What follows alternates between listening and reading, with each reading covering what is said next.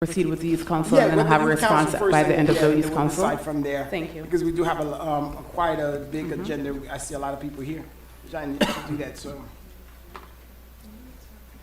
And let me just ask this, since this is a full agenda, is it by any mover, we could move this for the December 10th? Or January? I'm gonna ask, yeah, I think it has to be in the quarter, so let me ask while you are doing the other presentation, and then I'll be able to Sure. let you know. To go down, Vice Mayor, for your presentation? Yes. Okay, Paul, go ahead. It's all yours.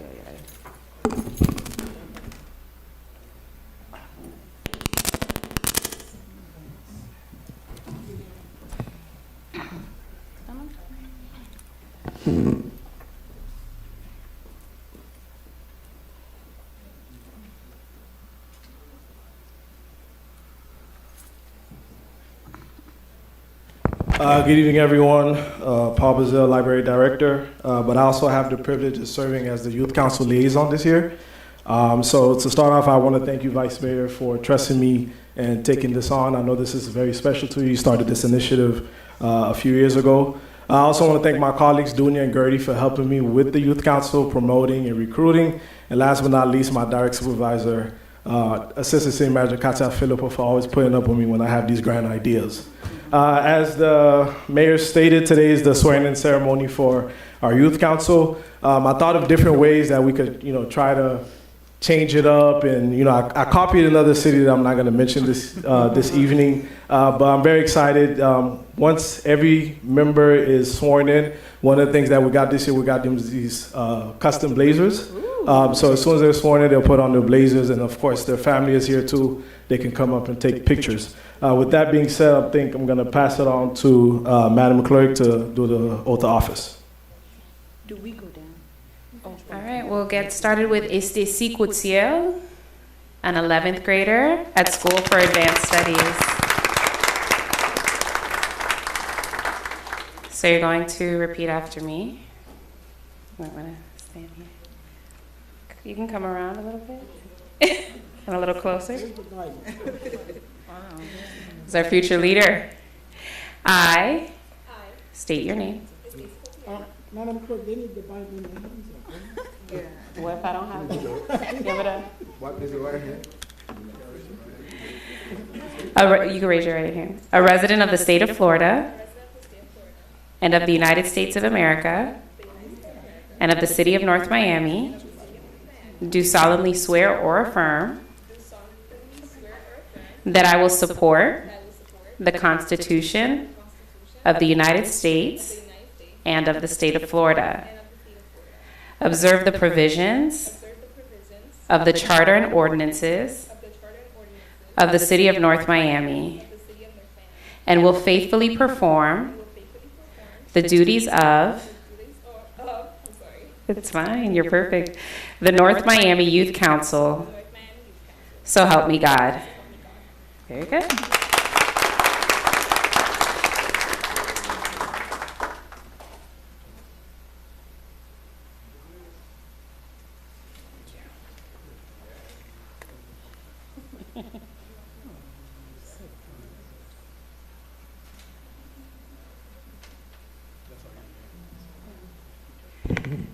And I present to you Youth Council Mayor Estesi Coutiel.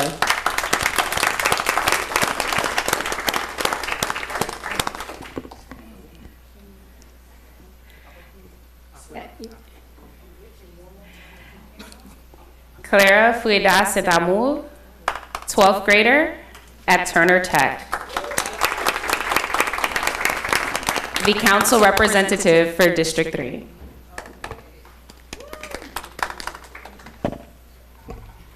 I state your name. I, Clara Sedamul, A resident of the state of Florida, a resident of the state of Florida, of the United States of America, of the United States of America, and of the city of North Miami, and of the city of North Miami, do solemnly swear or affirm do solemnly swear or affirm that I will support that I will support the Constitution Constitution of the United States of the United States and of the state of and Florida, of the state of Florida, observe the provisions observe the provisions of the charter and ordinances of the charter and ordinances of the city of North Miami, of the city of North Miami, and will faithfully perform and will faithfully perform the duties of the North Miami Youth Council, the duties of the North Miami Youth Council. so help me God. So help me God. Congratulations.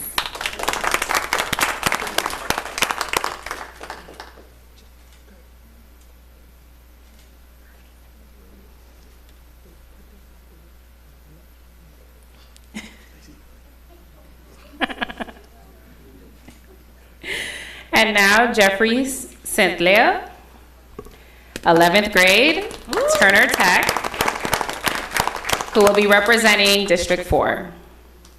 I state your name.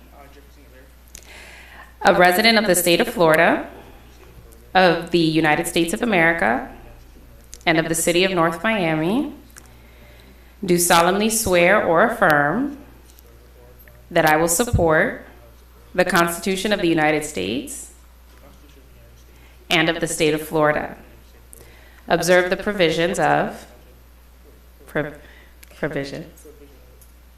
the charter and ordinances of the city of North Miami, and will faithfully perform the duties of the North Miami Youth Council, so help me God. This is your youth councilman for District 4.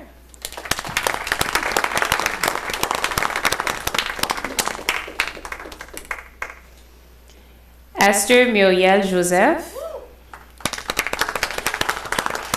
12th grader at Ebenezer Christian Academy, also representing District 4. I state your name. A resident of the state of Florida, of the United States of America, and of the city of North Miami, do solemnly swear or affirm that I will support the Constitution of the United States and of the state of Florida, observe the provisions of the charter and ordinances of the city of North Miami, and will faithfully perform the duties of the North Miami Youth Council, so help me God. Congratulations. Councilwoman for District 4. Marie-Claire Aboise, 12th grader at Turner Tech, who is also representing District 3. Go Turner Tech. I state your name. A resident of the state of Florida, of the United States of America, and of the city of North Miami, do solemnly swear or affirm that I will support the Constitution of the United States of America and of the state of Florida, observe the provisions of the charter and ordinances of the city of North Miami, and will faithfully perform the duties of the North Miami Youth Council, so help me God. All right, Councilwoman Aboise, representing District 3.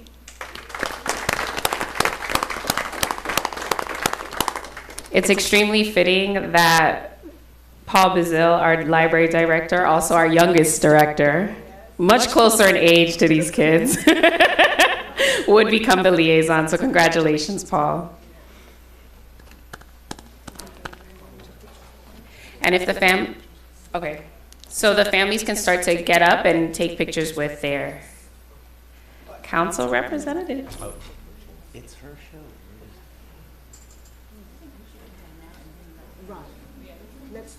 So maybe like the two outside can come in.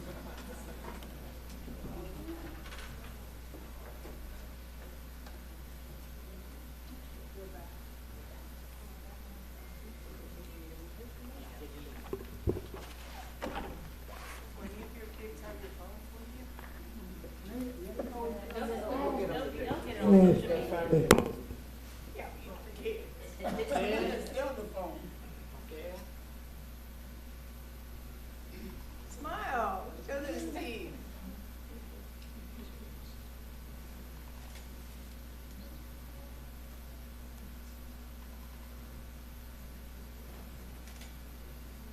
Okay, last one.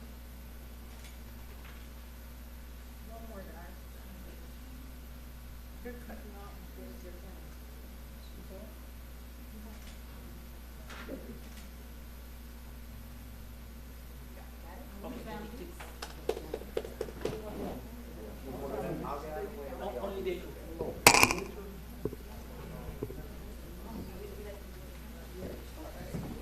Okay?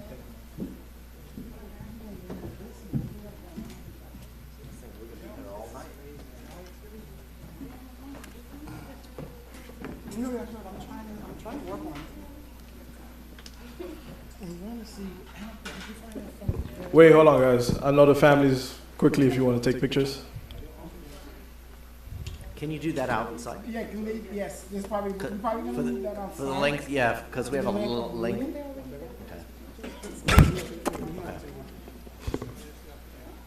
All right, we'll take it outside. Thank you.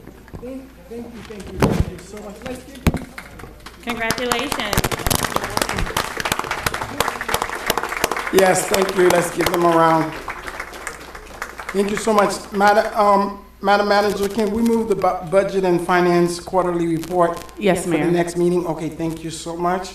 Okay, with that being said, I will, now it's approximately 7:49. We're gonna take a recess of the regular North Miami City Council meeting, and we're gonna adjourn for just 2 minutes. We don't have to go anywhere, and we're gonna go right back to the. Was North it Miami City. recess or an adjournment? Oh, recess. Recess until what time? Oh, well, we don't know. It's- Do you need the we- time certain? Do we need the time certain for I'll recess? propose that we take a recess from the regular scheduled city council meeting until 9 o'clock. 8:45 p.m. That sounds good. Giving us 1 hour certain to move through the rest That of the sounds good. CRA agenda. Okay. Sounds like a plan. Second.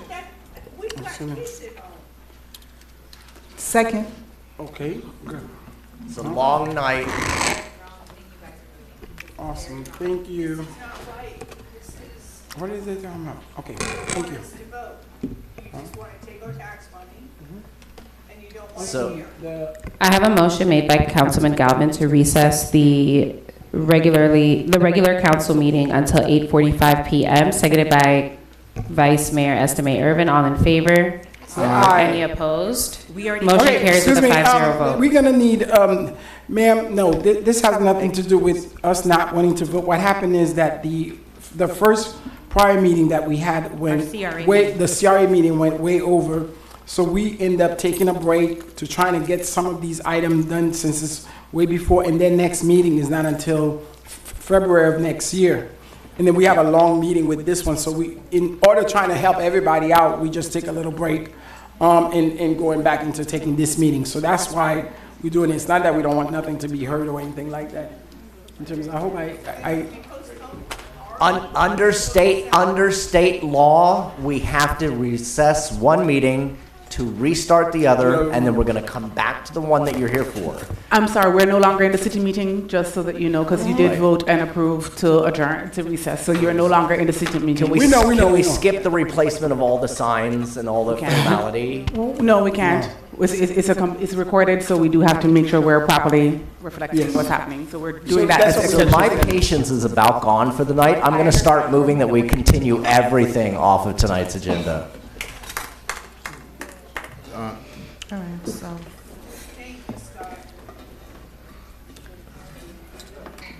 I think we should be able to get through in 30. Okay. We should be able to scale. But I think it's because of, it's recorded, like she does. Man, That's like saying you have to have your tie straight. I get it, you want to look pretty, but just we're here to work.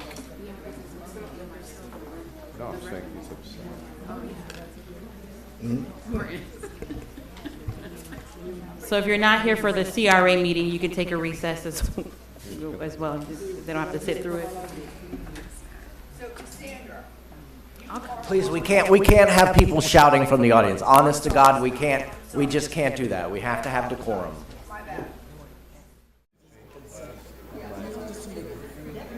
Oh, yeah, you have to do that.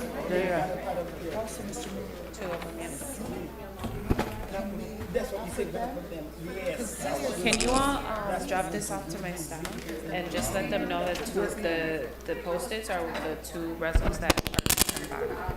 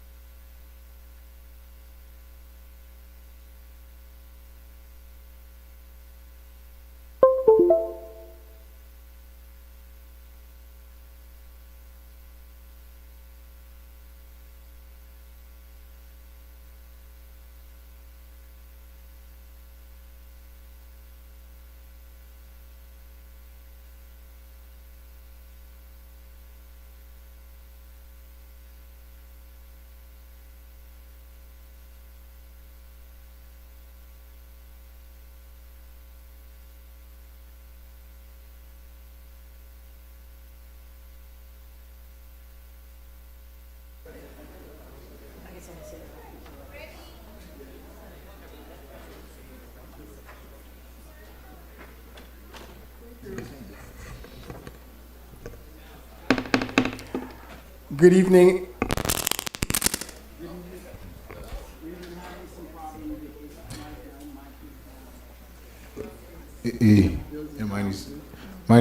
Yeah, mine is good. Test. There we go. We got to shake it. Okay. I think we're now good. It's approximately 8:46, and we are back from recess from the regular North Miami City Council meeting, and we are going to take the Budget and Finance Quarterly Report. We're going to put that to our next, we're going to postpone that. And then we're going to start briefly with city announcement, followed by, hopefully that's the last I can. Yeah. Yes, sir. No, that's okay. Go ahead. Meeting was called to order at 8:46 p.m. Mayor Deselme, Here. Vice Mayor Estime Irvin, Present. Councilman Galvin, Here. Councilwoman Timothy. Here. Councilman Charles. Present. All right, Mayor, you have a quorum to proceed. Thank you so much. Councilman Galvin had something to say.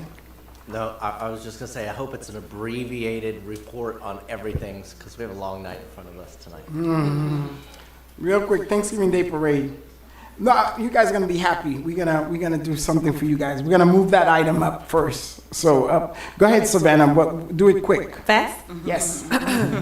Good evening, everyone. We're going to skip the introduction and go to the first part. Attention, young readers. You join us every Tuesday at 4 p.m. for Wags and Tales at the North Miami Public Library. This reading experience allows children to practice reading alongside trained therapy dogs.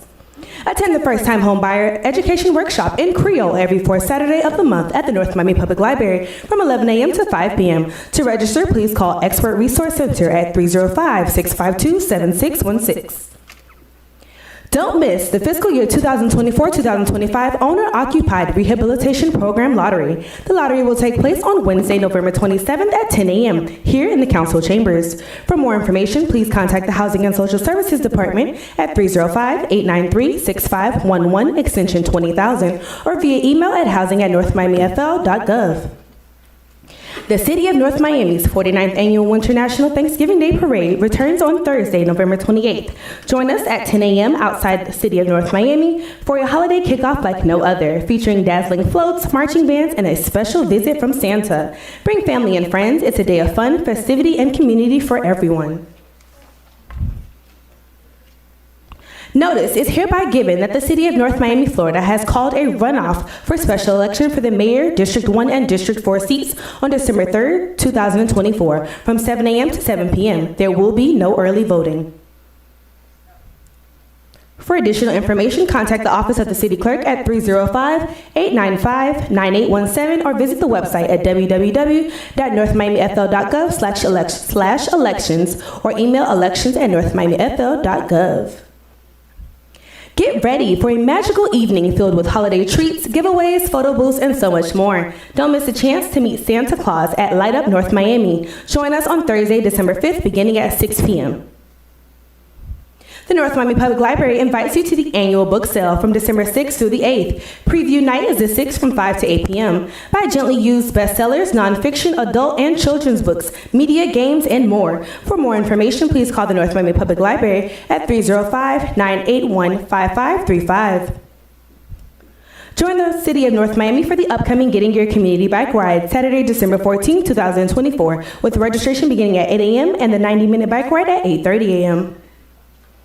Can you believe it? It's that time of year again. District 4 Councilman Pierre-Francois Charles would like to invite you to the second annual holiday celebration, tree lighting and toy giveaway, Thursday, December 19, 2024 from 5 to 8 p.m. at the Joe Celestine Community Center.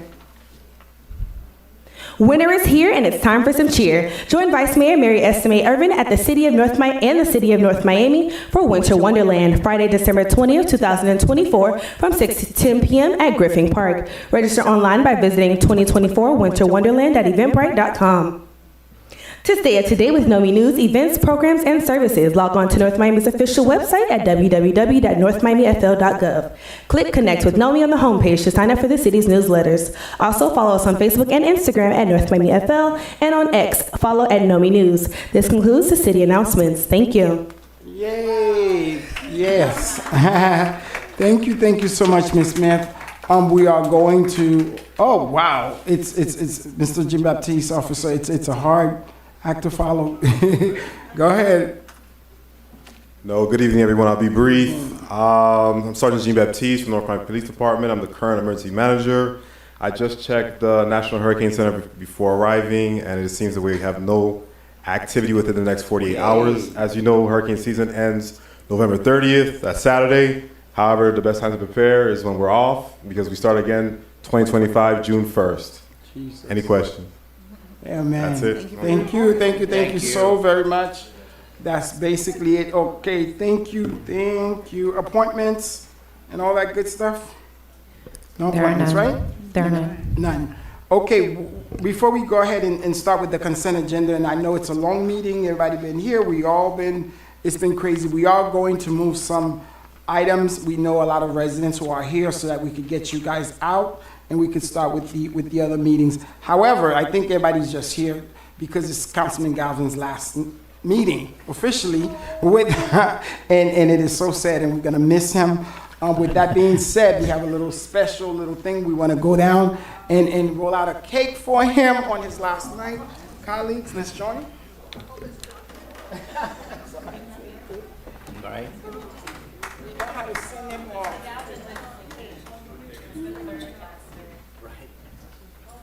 Like I said, longest farewell tour since shared. Wow. This is it.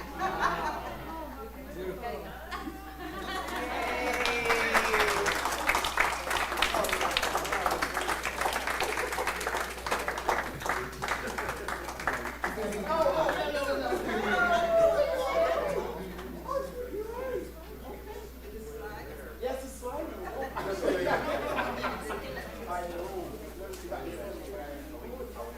Yes, you are the. Wait, hold it up. One more time. Okay. One, two. Don't let it slide. Can you see it? Yes.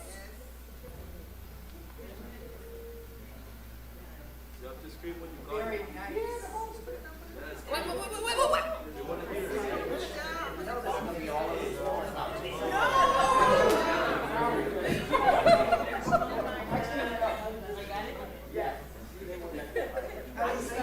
I say you take it out of the room right now before we make a mess. Thank you, everybody. Thank you very much. All doors are lobby. We're going to be here till 1 a.m., so get that sugar rush whenever you need it.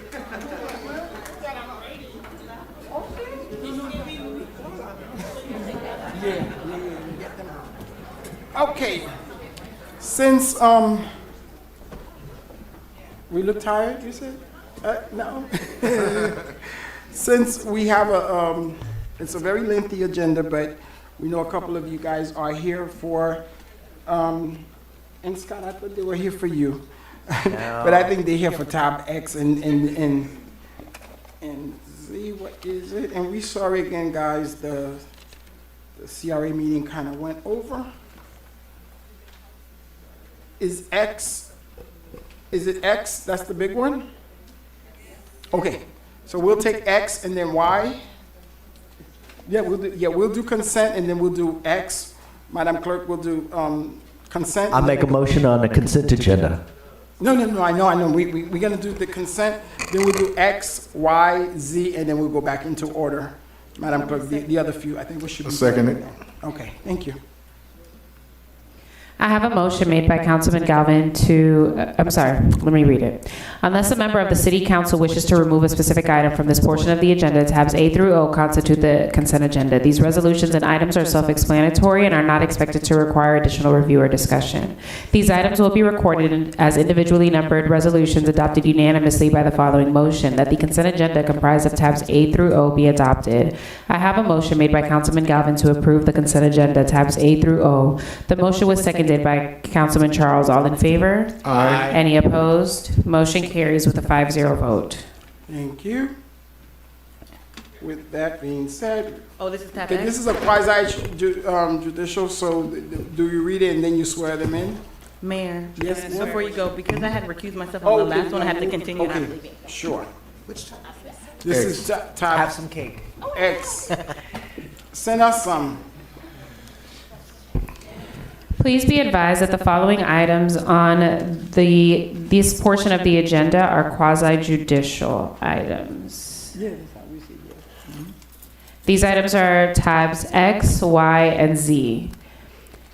If you wish to speak in favor of, object to, or comment on an item at tabs X, Y, or Z, please complete a public speaker's card indicating the agenda item number on which you would like to comment. Those are the cards that you'll find at the entrance of chambers. You must be sworn before addressing the City Council, and you may be subject to cross-examination. If you refuse to submit to cross-examination, the City Council will not consider your comments in its final deliberation. Please also disclose any ex parte communications that you may have had with City Council members, and City Council members must also do the same. So once again, there are public speaker cards at the entrance of council chambers. If you plan to speak tonight, please stand and raise your right hand as I administer the oath.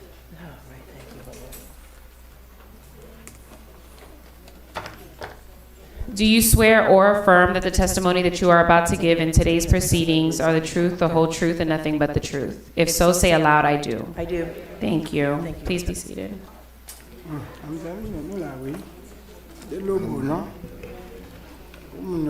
Tab X, a proposed quasi-judicial resolution of the Mayor and City Council of the City of North Miami, Florida, approving an application for a conditional use permit in substantially the attached form to allow for a height to exceed the maximum allowed height of 115 feet to 217 feet for a development consisting of a 22-story 217-foot residential building with 267 units and 422 parking spaces on one parcel of real property located at 12000 North Bayshore Drive, specifically identified with Miami-Dade County Folio number 06-2228-049-0001, and total approximately 4.23 acres, 184,358 square feet, with 2.7 acres, 116,305 square feet of unsubmerged land in accordance with Article 3, Division 4, Sections 3-402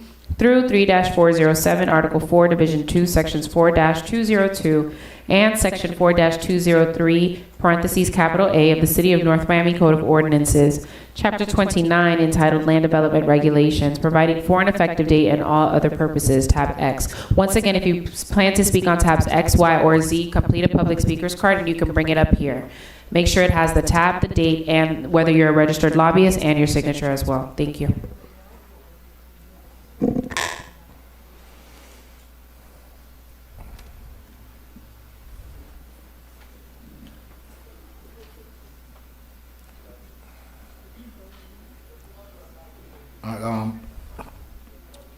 Mayor, Yes, sir. while they're working on that, I just want to disclose that I had ex-parte Yeah, I was communication gonna with the attorney, Mr. Gasson. Okay, so anyone else would like to disclose anything? Yes, I had ex parte communication with the applicant. Okay, I've certainly had communications with Mr. Eichner, Mr. Gassant, and many members of the community. thank you. It would be melting. Okay, Ms. Love. Good evening, Mr. Mayor and City Council. For the record, Debbie Love, Director of Development Services. And you know I'm going to make this short and sweet. We love that. This is a request for a conditional use permit to allow the bonus height that came under the amendment that you all had approved. This is at 12,000 North Bayshore. As the title said, it's a little bit less than 3 acres of upland buildable land, and it's currently multifamily there. It is zoned BZ, and the future land use is Bayshore Zone. Under that, it's 115 feet in height, 100 dwelling units per acre, and with that CUP that you all had approved that process, it would allow up to 238 feet, 10 inches in height. Planning Commission recommended approval on 11/14/24 when they met. The proposal is a 267-unit residential building with 422 structured parking spaces. There is an enhanced pedestrian activity area, as you can see along the right-hand side of the picture, and I'm sure the applicant is going to provide you a little bit more information on that. There's other sustainable design elements that they will have to do, including enhanced stormwater management. They're going to be providing that public waterfront access on that north side, as you can see on the right side of the picture shown there. And there is a public benefits program that they will be presenting to you this evening. The economic impact is a little less than 3,300 short-term jobs during the construction period, with about $124 million in wages, resulting in 15 to 20 full-time permanent jobs. And they anticipate paying $1.57 million in permit and impact fees under the current impact fee schedule. And they are looking at paying some ad valorem at $3.81 million annually. And let's see, what else do I need to point out that I can cut short? And it does require DRC review. And there are some other things that you can see up here that's really critical, including something you don't see here and you see all the time on our projects is undergrounding and hardening all the utilities. So they will have to deal with Miami-Dade County Transportation and Public Works demands for the traffic impact analysis. And with that, the next steps, as currently proposed, would be to go through that DRC and then come back to you for final site plan approval. And that's the end of my presentation. The applicant is here both with a brief presentation and to answer any further questions you may have.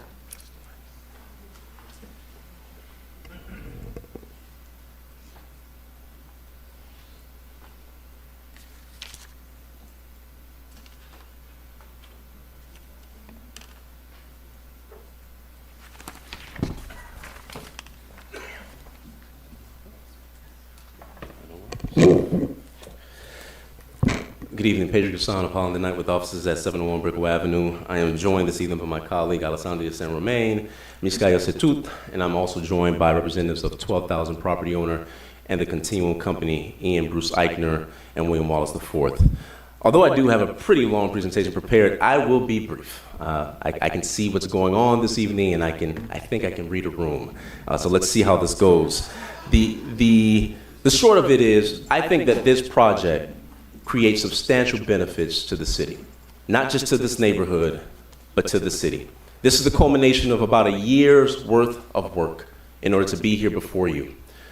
Before I talk about the community benefits package, before I talk about any of the things that we're volunteering proffering as part of this evening's presentation, you should know that this project, this one project, over a span of 5 years will provide $20 million to the city, over 10 years, $45 million to the city, and over a 20-year time span, over $104 million, which is in unrestricted dollars that the city can use in public goods. Next slide, please. Now, as part of this project, we were fortunate enough to receive the unanimous recommendation of approval from your Planning Commission. And we are not seeking the maximum height. We are not seeking the height of 238 feet, 10 inches. We are only seeking the height of 217 feet as part of this project and as part of our commitments tonight.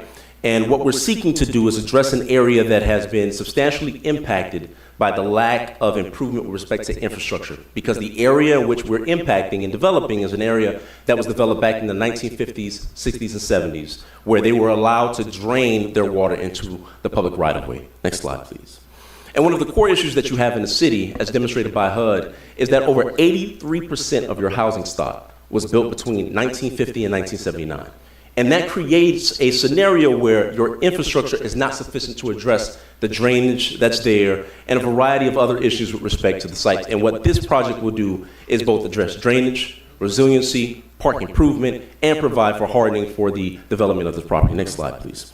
As you all know, I know I'm preaching to the choir on this item. You know that insurance is going up. You know that sea level rise is causing prices to go up. Construction materials are going up. So we have to have the type of development that's going to support the type of infrastructure that we need in order to improve this area, this neighborhood, and this community. Next slide. And the specific vision that this council had was specifically south of Northeast 123rd Street, east of Bayshore Drive, which is an area where you have the older buildings. Next slide, please. And this is the area. You'll see that you have all these buildings that were built between the 50s, 60s, and 70s in the area that this council allowed for the pursuit of the higher height. Next slide, please. And what we're doing as part of this development is providing for a tropical luxe architecture that's going to provide for a fenestrated and movement articulation, and is going to provide for the core development standards that you would anticipate within a luxury development at the site. Next slide. We're going to be enhancing the streetscape. We're going to be planting over 139 trees and over 1,390 shrubs as part of our development, and providing for a iconic entry feature as part of our project. We're also going to be substantially enhancing the Eastern View Corridor on the site. So if you're on Biscayne Bay and you're looking to the west towards the city of North Miami, what you're going to see is a substantially enhanced area where we're going to provide for condominiums and townhomes, which are on the eastern side of the property. They're going to range between $1.5 million and $4 million as part of this project. The annual spend from these residents will be about $32 million annually within the city of North Miami, according to our economists. Next slide, please.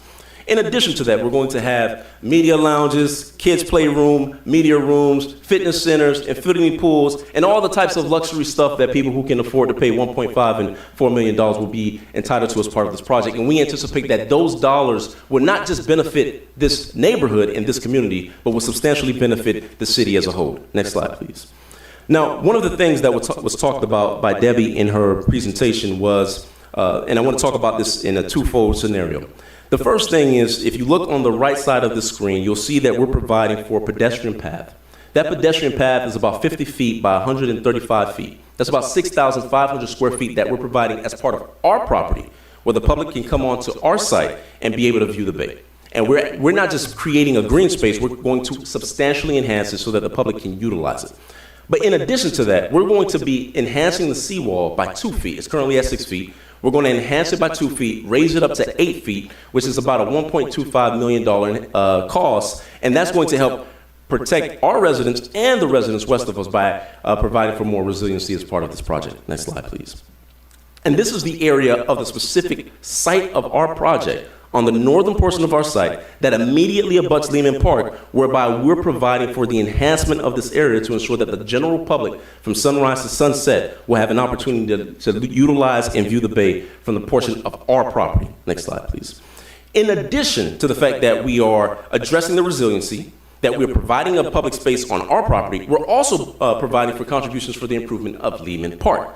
That improvement is taking into account enhancing lighting infrastructure. We're going to be providing for enhanced picnic areas. We're going to be providing for outdoor equipment and playground equipment on the site, where we're going to be improving all of those items on this property as part of the community benefits package that we're proposing to you this evening. Now, we recognize that that has to be approved by your Parks Director and by the Parks Commission, and we're willing to work with them to ensure that the improvements that we're providing is something that they see as a benefit to the city as a whole. Next slide, please. In addition to that, we're going to be providing for an affordable housing and workforce housing contribution, whereby we'll be supporting down payment assistance as part of our contribution and community benefits program. And that program is going to not just help folks with down payment assistance, but will also assist with rental assistance with respect to affordable housing and workforce housing on the site. Next slide, please. We're also going to be providing for freebie community transportation contribution as part of this program, whereby we'll ensure that the vulnerable populations that aren't necessarily able to afford the Uber rides will be able to receive free transportation within the city to get to the places that they need to get to. Next slide, please. But in addition to all of that, we're going to be providing for community and youth development programs. As part of our community benefits package, we're providing for a scholarship for post-secondary education. So if it's not just for college, it's also going to be for vocational schools that we want to provide as part of our development to ensure that the community receives a tangible benefits from this project. We're also going to be teaming up with FIU and Miami-Dade College in order to provide for workforce training. We're going to provide for some youth activities along with senior activities. Next slide, please. And one of the things that we're focused on is that this city has two amazing, they have more, but they have two amazing centers that provide for core opportunities for us to utilize these centers to enhance the communities. The Scott Galvin Center and the Joseph Lesson Center serve as an opportunity for us to address both the seniors and the youth during the summer to ensure that they have active participation during the summer and can be engaged during the summer as part of our programs. Next slide, please. We're also going to be providing for green building certification to ensure that we can provide for more resiliency as part of this project. Next slide. But one of the things that exists today is that the current infrastructure has drainage issues. And as part of our project, we're going to not just address the 25-year storm event, but staff has made it a requirement that we also address 10% above that.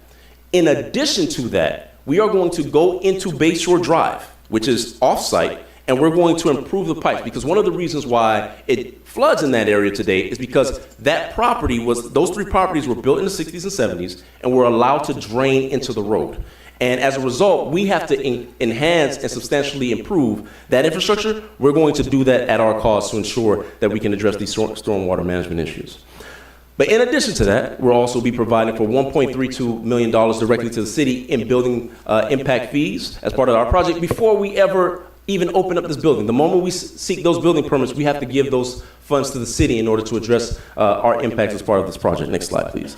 And again, as Debbie noted earlier, we'll be providing over 3,200 jobs. It's anticipated that 3,200 jobs are going to be developed as part of this project. It is a development that's going to have substantial impact and benefits within the community. Next slide. And as I noted earlier, over $20 million from one project. This is all just money to the city. Over $20 million in 5 years, $43 million over 10 years, and over $104 million over a 20-year time frame from one project directly to the city. Next slide, please. But when you look into what we're actually providing to Miami-Dade County as a whole, it's $11 million plus every single year, and that goes up each year. So when you look at it as a whole, in the totality, we're providing $250 million over a 20-year time frame from one project within the city.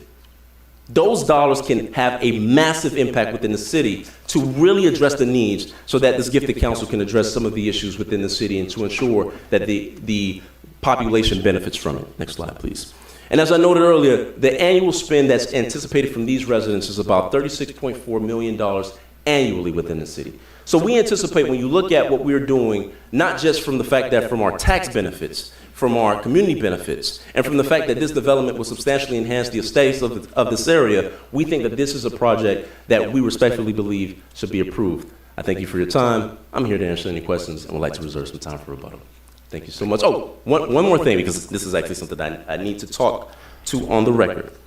There's 2 items that we're requesting from the council.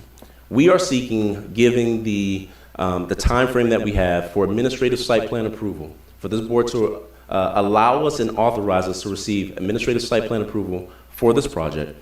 And as part of that, one of the things that we wanted to do as part of our community benefits package is address a concern from the Sans Souci community. And what I wanted to read into the record is our amendment to the community benefits package that we would provide at Section 9, which is that prior to final administrative site plan approval, the owner will negotiate with the Sans Souci, and I have their official name. I think it's the Voluntary Guardhouse Association, Inc. I will tell you in a second.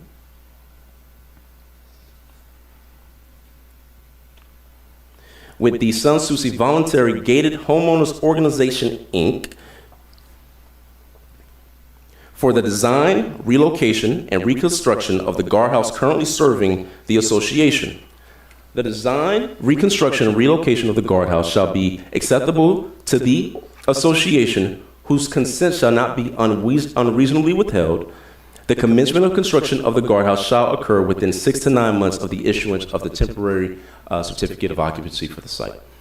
And so with those items, we think that we have really engaged in robust community meetings. We've been in this process for about a year. We're looking forward to hearing from this council and from the neighbors. Thank you for your time. We really appreciate it. Council members, thank you so much, and I'd like to reserve some time for rebuttal. Thank you.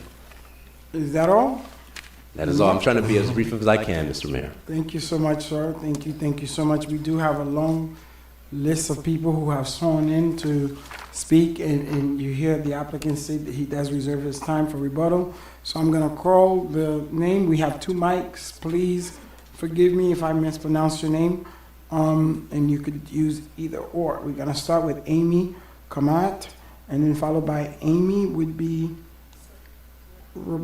Robert Dotson, I believe, Robert Dotson. That's the first few. The second one, Sanchez Sherrill, Stefan Sherrill will be the next 3. Yes. Hi, good evening. So my name is Dr. Amy Kamat, and I'm a resident of Sans Souci Estates.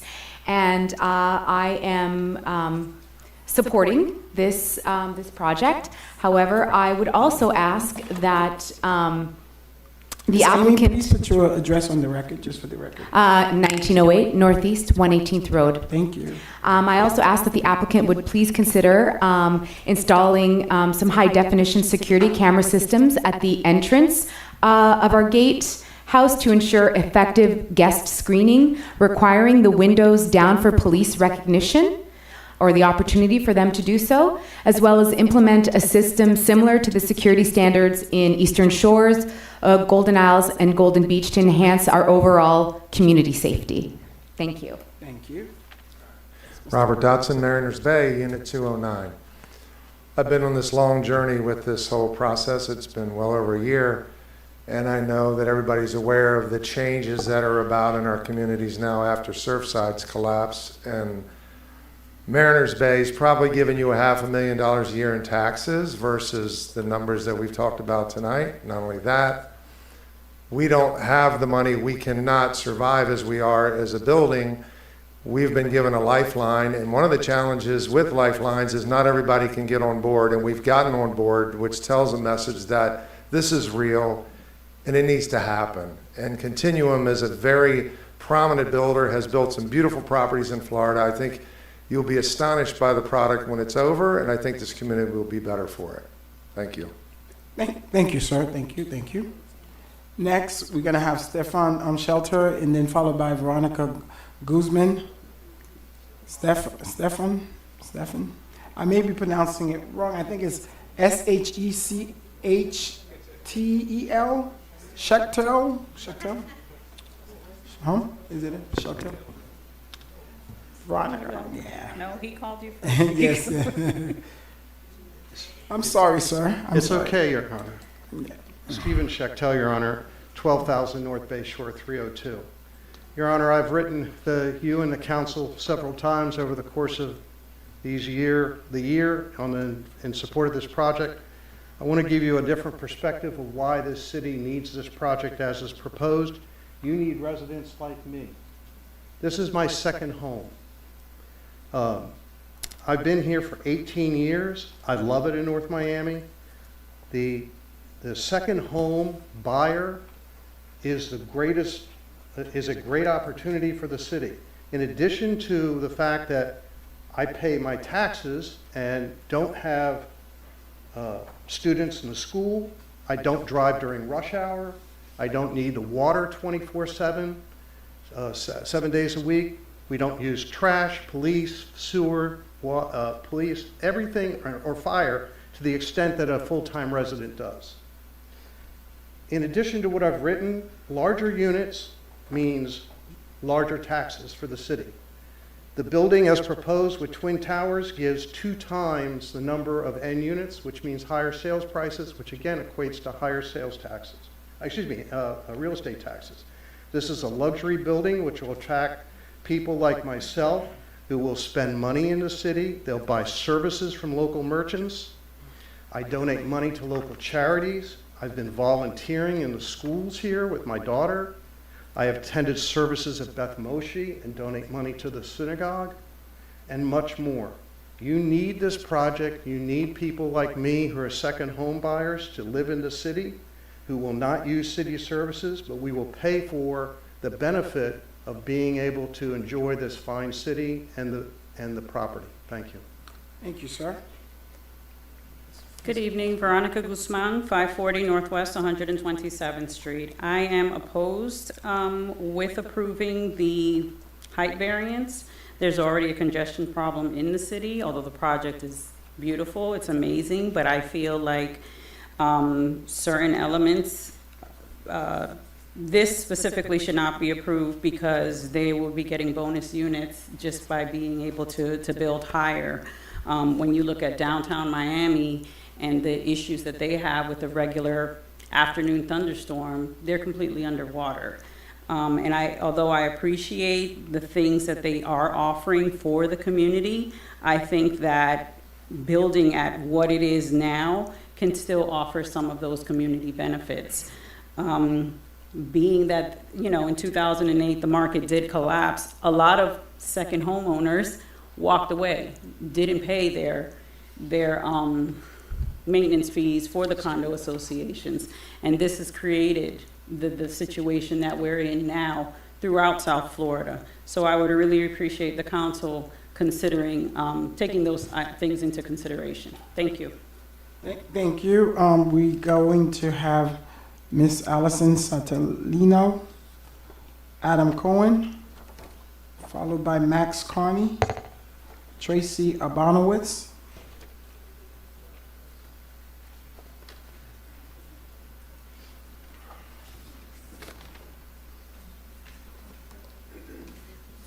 Hi, I'm Allison Satellino Cohen. I live at 12,000 North Bayshore Drive, Unit 408. I am here in support of the project. I think it will bring some real positives to the city. And not only is it a beautiful project, but also will bring some needed tax revenue to the city. I plan on living here and starting a family here after this whole thing is over. So I vote in support of the project, and not only for the residents of Mariners Bay, but also because it will bring a lot of positives to the city. Thank you. Thank you. Thank you. Yes. Good evening. Hey. Adam Cohen, 12,000 North Bayshore Drive. I'm here in support of this project. As you're all aware, the situation at Mariners Bay is dire. 46 families have been living the past 3 years without knowing what their futures hold. I can't tell you the stress that we've all been under. It's been crushing.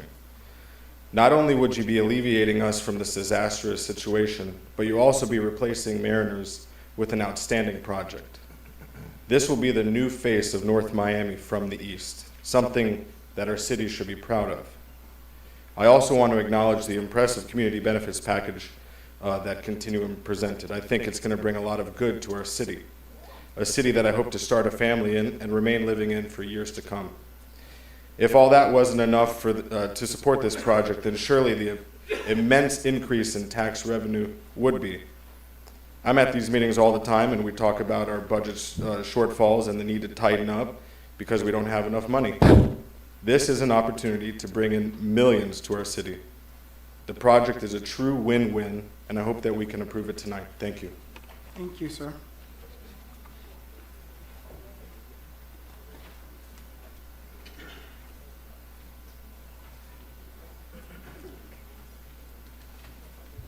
Hi, how are you? Max Carney, 12,000 North Bayshore, Unit 306. There's a lot of folks that are going to say things that are pretty similar. So I would just say that I look at this project as such a tremendous benefit offering, both for the immediate neighborhood, but also for the city as a whole, given, again, the economic benefits that people have outlined. So I don't need to belabor it, but wanted to express my support. Thank you. Hi, I'm Tracy Abramowitz, 2040 Northeast 120th Road in Sans Souci. I'm in favor of this project, provided we get our robust community benefits project, an opportunity to speak with them. It's been a little bit difficult to actually get in front of them. I feel confident that moving forward we will have our time. My ask is more, I think we've already had our guardhouse established, the cameras established, the green space, but with all this tax revenue, I want it to be recorded that our side, the east side, gets a lot more attention, more police presence, more landscaping, and a lot more carve out moving forward, since there's a ton of taxes going to be generated on this side. Thank you.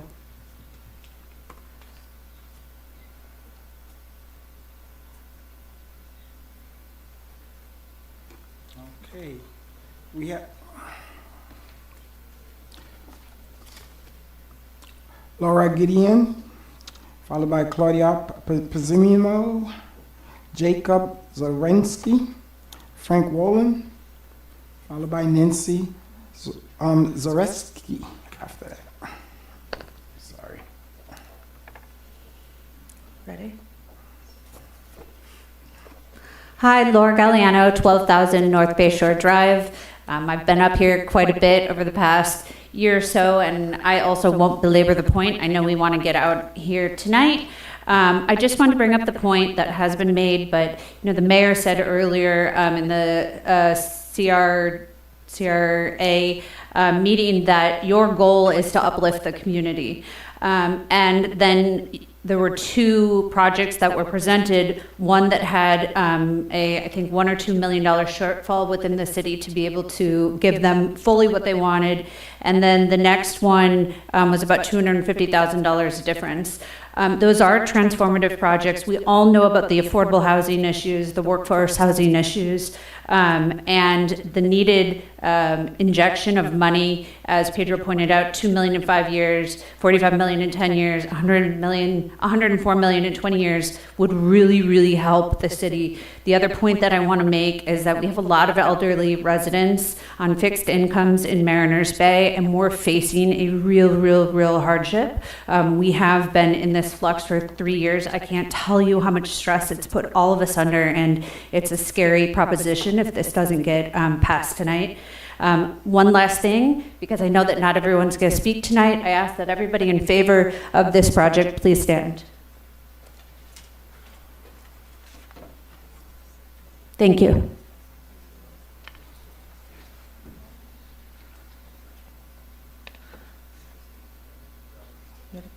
Claudia Pasmino, 13504 Northeast 23rd Place. I oppose this project.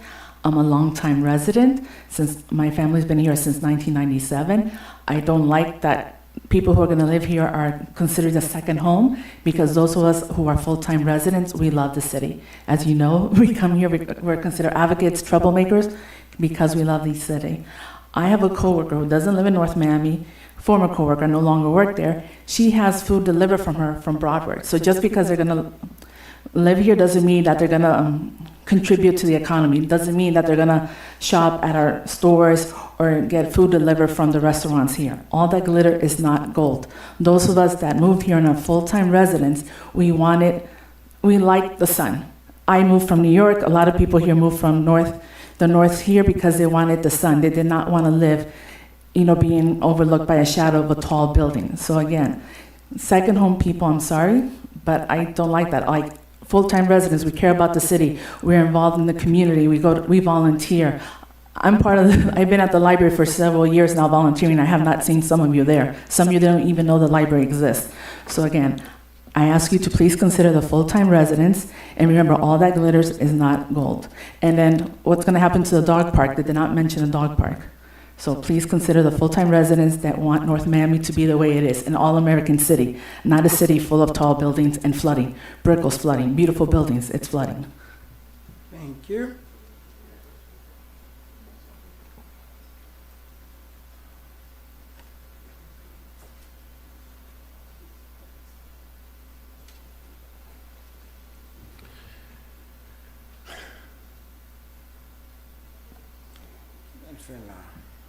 Could you pass them up to the council?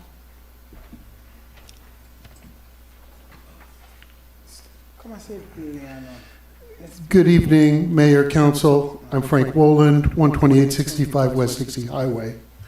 Tonight, you have a window of opportunity. It's only going to come by one time. You can support something great, something that will really mark our city as a great city. If you look at the plan in front of you, the Baywalk is on the right side. On the large plans, it's labeled Private Pedestrian Promenade.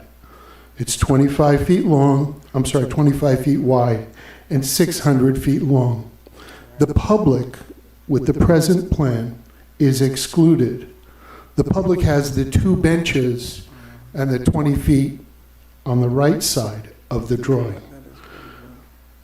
Tonight is different from any other night, because if you have the vision for our city, you can make that a public pedestrian promenade, not a private pedestrian promenade. You can tie it in to our park, North Bayshore Park, which would give the public access to 2 times as much as our park has. Hopefully, when the property to the south is developed, there will be a Baywalk in front of it as well. I think that in exchange for doubling the height of the project, this is a fair quid pro quo. It is a real community benefit that will last our entire lifetimes. Miami has a river walk. Miami Beach has a boardwalk. All of the people of North Miami deserve a chance to walk along the bay. In staff's April 11 report, it says at page 3, let's have a walkable, pedestrian-friendly residential community that invites the public to access and enjoy. Thank you, Mayor Rowland. Thank you so much, Mayor Rowland. I really, really do love the idea, but I honestly thought that was already incorporated as part of the deal, even from the first initial discussion. It was supposed to be, because we had this discussion months prior, but the boardwalk in terms of from Bayshore Drive, and that's when we were talking about the possibility of the taxi, the taxi thing that Miami-Dade County is thinking about using. So I always thought that the boardwalk was part of the proposal. I didn't know it was a condition or part of the community benefit. So it's private now? It is on their plan, it is private. The public access that they're providing is on the right side there. It's a walkway from the street. There are 2 benches and about 20 feet so the public could look at the bay. I think that as a community benefit, that falls far short of what the people of North Miami need and what we should have. When I represented the developer of the White House Inn, I insisted, and you all agreed, that there would be public access to the water around the White House Inn. That's the plan that was approved. I'd like you to carry the idea of having a bay walk so that the bay is we have so little accessible land for the public on the bay. And the bay is such a huge part of our city. And our people deserve it. And I don't think it's too much to ask. No. Thank you, sir. I thought it was already included. I didn't know it was a condition used to it. Thank you, Mr. Mayor. Jacob Zorensky. I think Laura already spoke, and then Nancy as well. Nancy, yeah, this one. Jay? Hello, my name is Jacob Zaretsky. I live in Sans Souci, 11585 Northeast and I just want to say I want to change my statement in favor because I'm thankful to change in the timeline for the guardhouse relocation. I'm just wondering who decides what it's going to look like. You could keep talking. We can't answer you back and forth. Just keep talking and we'll note that. It says the owner shall relocate and rebuild the guardhouse currently serving the Sans Souci Homeowners Association. What else should I say? Okay. Noted. The question is noted. Okay. So Alex, is that your other question? Or yes, that is my question. Perfect. Thank you so much. Hi, Nancy Zaretsky, 11585 Northeast 22nd Drive, Sans Souci, North Miami, along with Jay. I appreciate the opportunity to speak to the mayor and the councilman. I live in this city for 36 years, 2 houses in Sans Souci. Many people in the neighborhood move from one house to the next. I'm really thankful to live in North Miami. I love the city. I also want to say that I'm changing, originally I said I was speaking against this proposal, number X, letter X, but after the good lawyering that we experienced as a group of homeowners with the developer, it was good lawyering. It was really good lawyering, because lawyering is finding the middle, right? So it was really, really good lawyering, and I think that forward from here, which I think is a great sentence for all of us, we can say that we have a meeting of the minds, and that with the language adding a timeline and adding the Sans Souci Homeowners Association's approval, that we now have meat on the bone, as opposed to we're going to do something sometime somewhere. So I am changing my statement, and I'm in favor of it, and I appreciate the opportunity to learn and to have conversations. Alrighty, thank you so very much. Sounds good. We got 2 flipped. When you flip. Okay, we have Sarah Asarat, Mauricio Kibliski, followed by David Pobia, I'm sorry if I pronounce it, and Sarah Espedia. I'm sorry if I'm messing. They always mess up my last name, so don't worry. Go ahead. Hi, my name is Sarah Azaraf. Sarah. I live in 1950 Northeast 118 Road in Sanssouci. As Nancy just said, we spoke with Pedro. Okay. And I'm flipping to You also flipping too? in Oh, favor, okay. Well, hold up. If this all is flipping. providing that we are working with a developer hand in hand to install a new guardhouse. Sarah, listen. This is good. This may be breaking news. We trying to get out of here early. If all of y'all come to flip, this is easy. Are all the people here against are okay with this? Because it's wasting our time. One. I also voted no, and I flipped as well. Okay. So thank you. Pedro, whatever they pay you, they should double it right now. Whatever it is, they should double it. But ma'am, but thank you so much. But ma'am, come on up. Yeah, you want to say something? You want some? Yeah, come on, say something. Yeah. Oh, so. Yeah, say whatever. You take the other mic, ma'am. Just one more thing. It's before Thanksgiving. My name is Mauricio Kibliski. I live in 1920 Northeast 118th Road, Sanssouci States as well. The only thing that I would like to request is we have the gate at the end of Canal Drive. That is a very weak gate. I would like it just a bit 45. Oh, trust me, that would not be a big problem. We got other bigger fish to fry. That's all I want. Or 121, sorry. Okay, no problem. Thank you so much. Yes, ma'am. Hi, my name's Catherine Zubizarreta. First thing, I'm sorry. You're not flipping, right? No, I'm not flipping. I'm playing with you. I don't know how I even, whatever. I'm all for this. I don't think the height should be as high as it is. Yeah. I think we kind of, he kind of went over that one. Yeah, I know. But I didn't miss that trick. I know. I'm with you on that one. Yeah, we need to kind of talk about that extra. Unless you're going to give all the Sanssouci people an apartment up there. The dog park. Also, I did not hear about the dog park. There's a whole park over there that a lot of families use, and I see people fishing off there. Is the seawall going to continue down that whole park to the causeway? Which is something that on the high tides and the king tides, if they're going to build up the seawall, it would be like my next door neighbor building up a seawall, and I don't. All the water's going to go to the park. Yeah, as you get. Right. I wanted to ask about that, the seawall that they are building. Where would it start and where would it?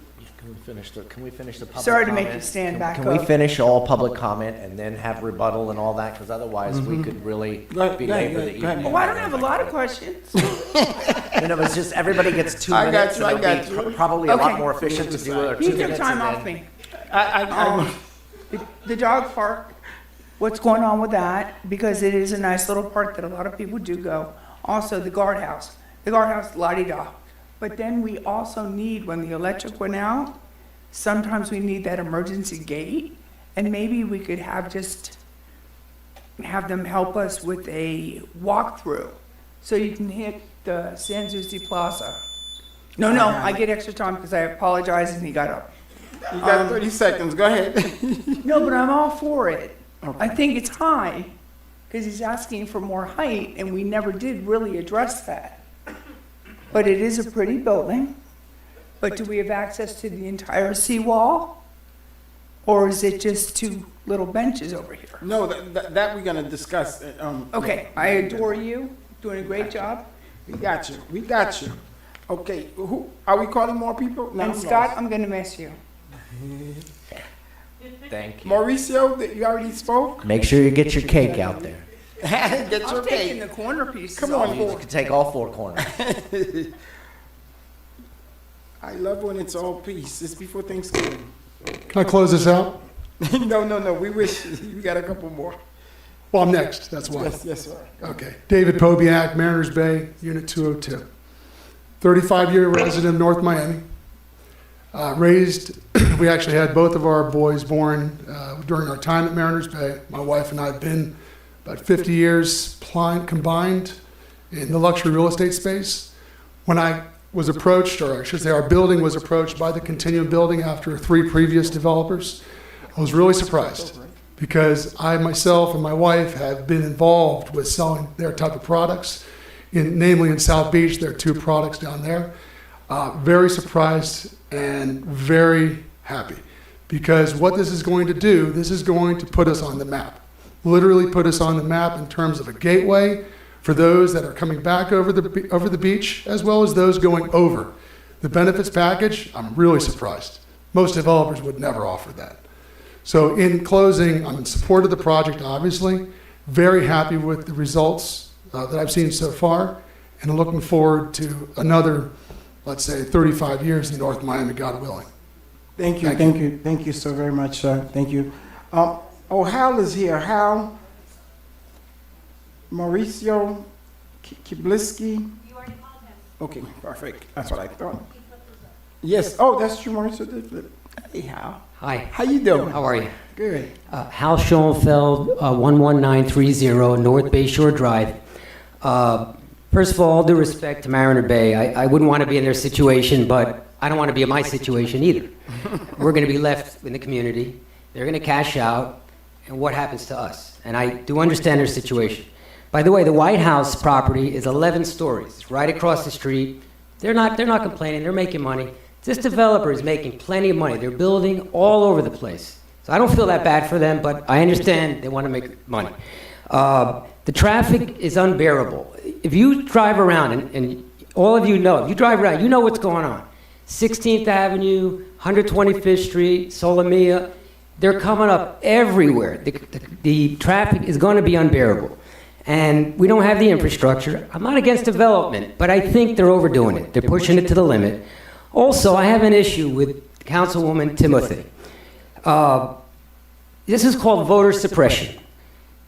The attorneys were not able to get rid of the supermajority. Somehow, out of a miracle, they hire someone in her family to do community outreach. I begged the councilwoman to ask her why she recused herself. I'm not going to disclose it here, but basically, from what I understand, to the best of my knowledge, she did not have to recuse herself. Her vote killed the whole situation. It would possibly in a lower height. Her vote made the difference that continued this project. If she had not recused herself, we would be in a different place today. It would have been rejected. I mentioned this to the Board of Adjustment, and all they cared about, when they clap in their hands, is about the community benefits. I live in that community. What am I going to get? I live in Majorca. All right, the dog, I don't have a dog, but I'm glad for the dog people. And I'm glad that the dogs will smell good and it smells delicious. But are they going to, is that it? 30 seconds, Okay. yes. Okay. Okay, so are they going to build the sewers on the other side of the street? We're getting killed where the bagel place and the cleaners is. We're getting killed over there. So they're going to fix one side that's good for them. What about the other side of the street? That's horrible. Thank you so much, Hal. Thank you so much. Very noted. Ahora, if I'm pronouncing it incorrectly. Oh, right, there you go. Oh, good. We can't have you come back up. You can only speak once. I'm sorry. I forgot something. Well, you can wait for public. At right. the end, you have another 2 minutes. If we let you back up again, we'd have to let everybody back up again. Yeah, but I like her. You could come to every meeting because Y'all can have her every night after tonight because I want to go home. You done. Asa Zorensky, please come forward. Michael Beretta, followed by Jeff Tomlinson. And then we'll go to Vanessa Dashara. Go ahead. Hello, my name is Asa Zaretsky. I'm a resident at San Souci Estates at 11585 Northeast at 22nd Drive. I would also like to convey my gratitude for the aforementioned change in language at Section 9 of the Public Benefits Plan. So long as that the timeline is agreed to and there is an agreement as to the location and appearance of the guardhouse, I would be happy to change my stance to supportive. Although, just as a one concern I had that wouldn't overall make a difference as to my stance on this benefits plan, but just as something I had a concern with Section 3, I find it difficult to understand how the plan listed in Section 3 would help increase the supply of affordable and workforce housing versus subsidizing existing demand. But overall, I'm encouraged by the plan regardless of that, and I would be happy to change my stance in support of, provided that the language is agreed to and that there is an agreement with Sans Souci Homeowners Association on that. Thank you. Thank you, thank you, thank you.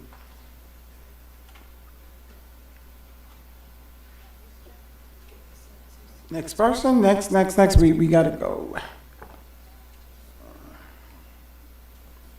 Good evening. Vanessa Daschuta, 1130 North Bayshore Drive, Mallorca Towers. So I'm here tonight to oppose to the height increase. Many of the people here tonight are flipping their decision just because they're getting what they want. I don't think that's a very nice way to think about this project. Like, it's not about community, it's about, oh, I'm getting my guardhouse, okay, I'm supporting. Oh, I'm being saved because, unfortunately, you know, what Mariners Bay is going through, that they cannot afford the assessment and all this. So everybody's kind of like getting what they want and jumping off the boat. But I don't know how many people that are supporting here from Mariners Bay are going to be able to afford a $2 million or $3 million apartment in that building. I don't know about that. Also, many things about the community package. Really, we already have a park. There's a lot of bay view in the park. I live in Mallorca for almost 10 years, and I do go to the park and sit by the water, and I love it.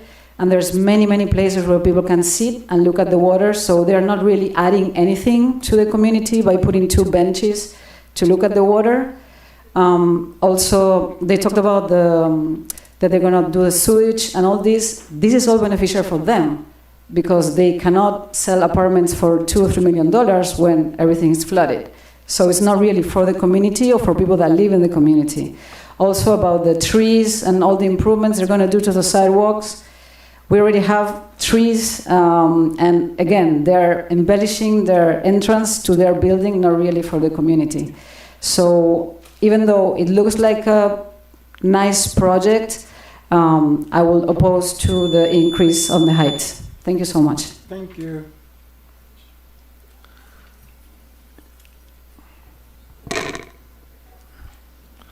Anyways, hope we're near the end also. My name is Jeff Tomlinson, local real estate broker. Been living here all my life, selling real estate here for 37 years. I basically sold almost everything in Keystone and Sans Souci, not bragging, but it's a very tall order what they're doing. So I came in as canceled, but I'm not for. I'll be an incumbent in between, as we say. I see contracts fall apart all the time. People say one thing, do another. I would be for if, it seems like we were bypassed through a lot of this. It's hard for us to organize. We're not as big as Keystone Point. They have 1,500 homes.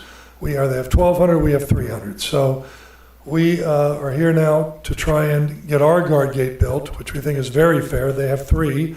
We need ours redone. Sans Souci Boulevard, we were told by Cassandra, our Homeowners Association representative, when she comes for District 2, that they were going to go down Sans Souci Boulevard, widen it, put a bike trail down there, and I haven't seen any evidence of that unless, again, the developer is going to be picking that up. It's got to be beautified.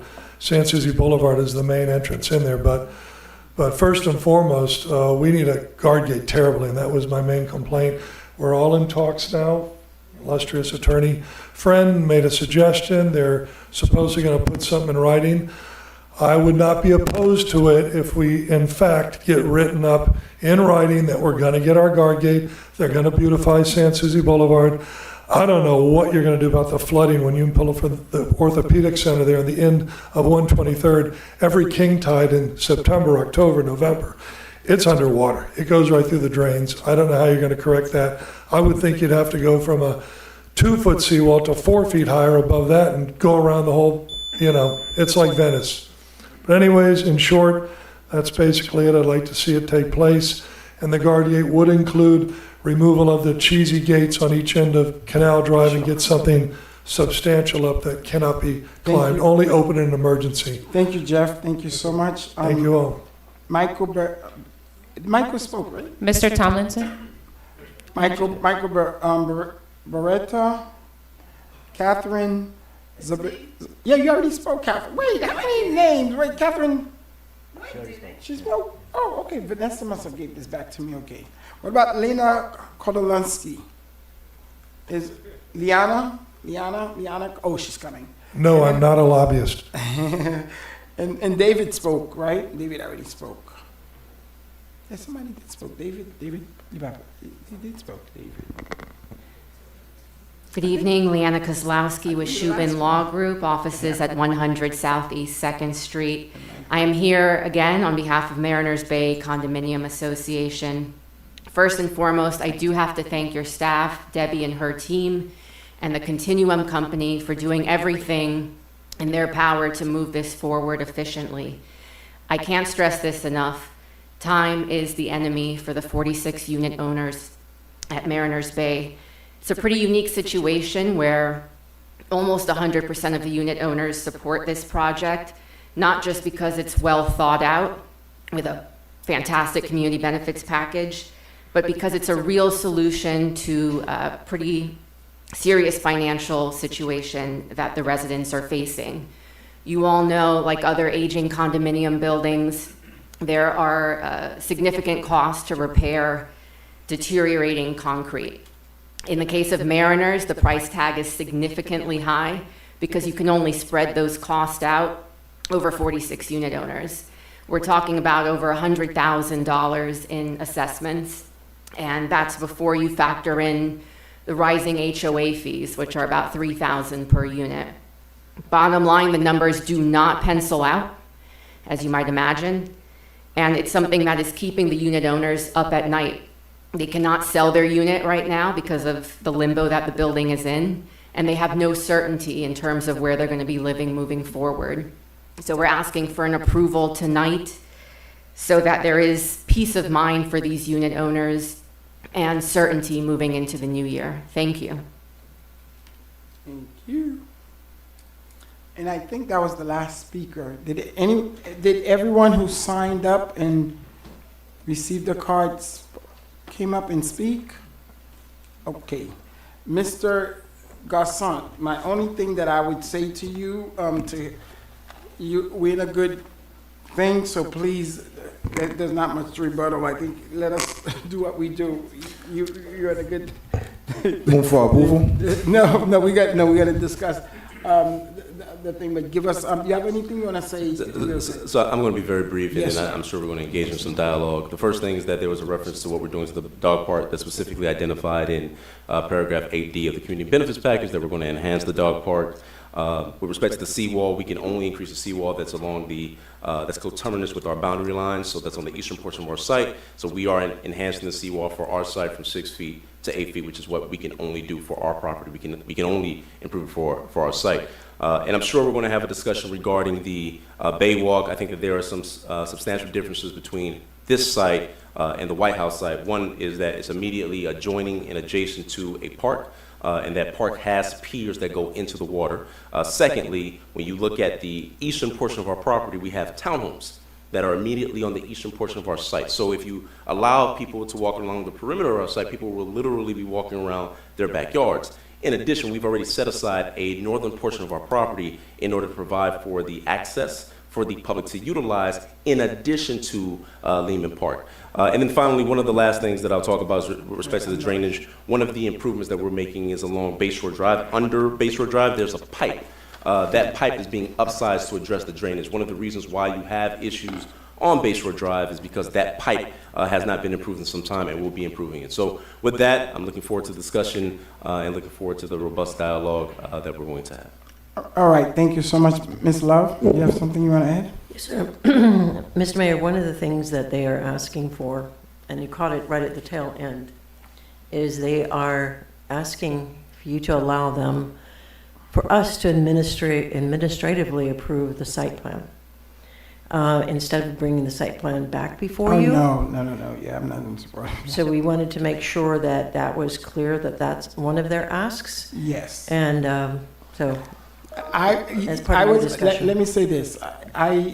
To begin the discussion, I was, and I have started this discussion with the developer in the unfortunate situation for months. And I think we have gotten, over the past few months, and I inserted myself in there because I understand what was happening at Mariners Bay as well as Mayorkas Tower. Took the time out, went and spoke with the residents. It's been back and forth.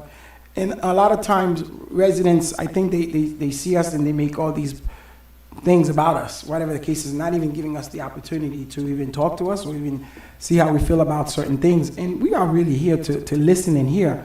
The developer, and when the disclosure was, they didn't even reach out to me because they already know that I was a no vote in terms of the project coming in, because I was in coming in. And I'm not happy with the height, and I said it from the get-go, and I think that conversation, we left that, I think last meeting, it left when they did that height, whatever the case is. But tonight when I came in and the people started coming, and I don't know, whatever that she said you did to kind of flip folks, I'm here as a representative of the people. And I've always said this. And one thing about me, you are, and I am going to have votes up here that you're not going to agree with. That's normal. My mother and I, whatever, you and your wife, your spouse, you're not going to agree with everything that somebody do. But we have a city to run that we got to do it together. And you may disagree or agree, but there's a level of respect at least giving us up here who come up here and do this, because the type of names and the type of things that we up here trying to do and we get called, and some of it may be true, but in the instance for some of us who trying to come up here and do the best that we can as public servant, and after listening to the folks and listen, it's all about compromise. And I've always said to the folks, I will listen, just like with the White House, and we did tremendous progress working with the homeowners group with Keystone, and still I have residents who assume that I said things I didn't say, and the folks who work with me, hand in hand, knows the truth and what we were able to do. And I went in and I did the same thing, and it's hard, and it was hard at times when I went home and cried. But after I went in and sat with Mariners Bay folks, listened to them, they went on in the roof, and then I went next door, the type of stuff, and we getting emails from one side. There are groups of people on every issue in this city, and Councilman Galvin, who's been here for 25 years, will tell you. You have a group of people who will email you and who will tell you, I am afraid to come out and speak because my neighbor is for this item, and I don't want to have that conversation because they are the most loud person. And that I have to take into consideration because that's also a resident. But sometimes people just say, okay, it's my idea because I want this and I want that. But at the end of the day, this is something, I don't like the height, and we know, but the residents came out, we spoke, there's a negotiation, we're going, but I am going to vote in support of it. But I'll tell you one thing, I am going to, and I think the past 10 years I've been on this council, one thing people could say about me, you could like me or you don't, I don't lie, that's number one. And number two, if I say one thing and I'm going to do it, I'm going to make sure and hold y'all to whatever that's in that agreement, whatever that we are doing, that we are getting every guard gate, we're getting whatever infrastructure, whatever things that we need to do together to get it. And we're going to make sure that's all I could, go, because I am one vote. And I am very pleased what I saw tonight, because that's all we've been asking people to do, work with the developer. We're not going to all be it's a compromise. It's a win-win with the White House. Some people didn't want nothing on that property. But as a city person, a representative who looked at the city, we said, okay, we know the people don't want nothing there, but what is it that we could get that's a compliment? That the developer's okay, they're not overreach, but at the same time, that's a balance, that's fair, responsible. And we knew that Lower Tower building was 9-story.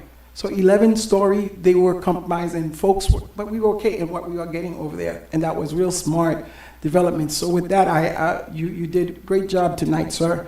I don't know if any of my colleagues, Vice Mayor, Mr. Councilman and Councilman, Yes, please. So I want to talk about the boardwalk. Yes. Explain again, because I've got the handout that you probably don't have that Mr. Wolin gave us tonight. I don't know if you've seen it or not. So we, oh, sorry, Councilman. No. So if I understand Mr. Wolin's desire, he'd love to see it be contiguous from North Bay Shore along the waterfront. You said there's some townhouses that would impede that, but as I look at the drawing that I was given, I don't have any frame of reference here. Mm-hmm. Will the public be able to access the bay? How does it work? I know what he wants. Mm-hmm. What do you want? What do you envision? So our vision for the program, and I'm not sure if you guys can see it. Debbie, if you mind, can I come over there and just see what she's showing? Give me 1 second.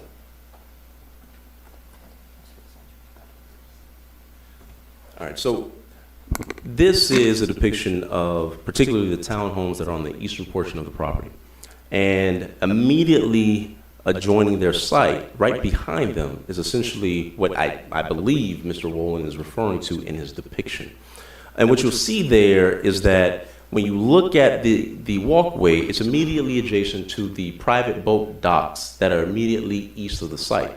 So one of the core concerns that we've had is how do we address the security issues of the public being able to have access to these private boats that are on the property, and being able to provide for a compromise so that there wouldn't be any conflation of issues with respect to access to those boats, people being able to walk around between sunrise and sunset with respect to those boats. So what we thought about doing was enhancing essentially a portion of our property to provide for the public's access to be able to enjoy the bay. And so if we go back, well, let's see if it's here.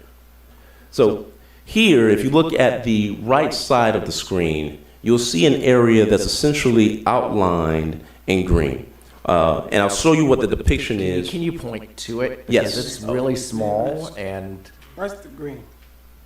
The arrow going, okay? Okay. And so that area is 50 feet by 135 feet. It's about 6,500 square feet. And so it's not a small area that we're providing as part of the public on our property to be able to utilize. And this is what the depiction looks like in actuality. This is not just green space that we're leaving. We're actually substantially enhancing this area to ensure that the public can have access to something that they can be proud of and to be able to utilize the bay. But in addition to that, Councilman, one of the things that we're doing is, of course, enhancing Lehman Park. And one of the benefits of Lehman Park today is that it has piers that goes out into the water. And so from our vantage point, it didn't make sense to create a scenario where you can have a potential conflict between the traveling public and private boats when you already have an opportunity to utilize and enjoy the bay from a park that's immediately on the bay. And so that was a perspective that we had, and that was the compromise that we provided. Because it could have been that we provided contributions just to Lehman Park because that's a public park, but we also said, you know what, we'll give a portion of our site that the public can utilize to be able to enjoy. But once you start having the public going along the perimeter of your site, where you have residents and where you have private boats, you're inviting conflict. And that's the issue that you end up having with respect to this property, with respect to the What do you mean site. conflict? You're inviting conflict because if you go on South Beach along, is that what the boardwalk? I mean, they don't have nowhere to park. I mean, when you're saying you are having conflict, I'm assuming what Mr. Rowland was talking about, which you help us out with starting at the North Bayshore Drive boardwalk, kind of continue it up to whatever portion of where your development would be. So that would at least that would be the access of us having access to the waterways. Is that my understanding, Mr. Rowland? Continuing our. So I don't think the city has an existing boardwalk. Well, that not goes really. on Like it's park. not really. I mean, It's a it's pier. it's What's a at North pier. Bayshore is a pier. Mayor? That's right. It's a pier. Yes. What I would do is I would extend their boardwalk right to the property, and then the city, or as part of their benefits package, they could just continue it. It doesn't have to be 25 feet high. And as far as the docks go, there can be gates, like they have at Quayside or Coconut Grove or anywhere else. Yeah. You know, you put up a little gate, they put up a sign, private dock. It's not really a concern. Look, we think it's different because you not only have private docks, but you have townhomes that are right there. You're literally behind They have people's too in homes. Coconut Grove. I mean, raised them up. I'm not familiar with those, but I understand. Because now it's access, the public access to the. So, I mean, I get it. If my backyard abuts against the water and people are walking back and forth, I'm gonna have to put up some sort of gate to keep that people from just walking up to my back patio. If that's, and it's hard to envision how you're designing the property, so I get where you're coming from. There is something in Sunny Isle that, where they have, there's a wall, and I don't know which building, I think it's 188, where in the back of it, I guess it's far enough, but they adjacent to the building, so the separation from, and it's a residential building. It looks like a hotel, but it's beautiful, gorgeous.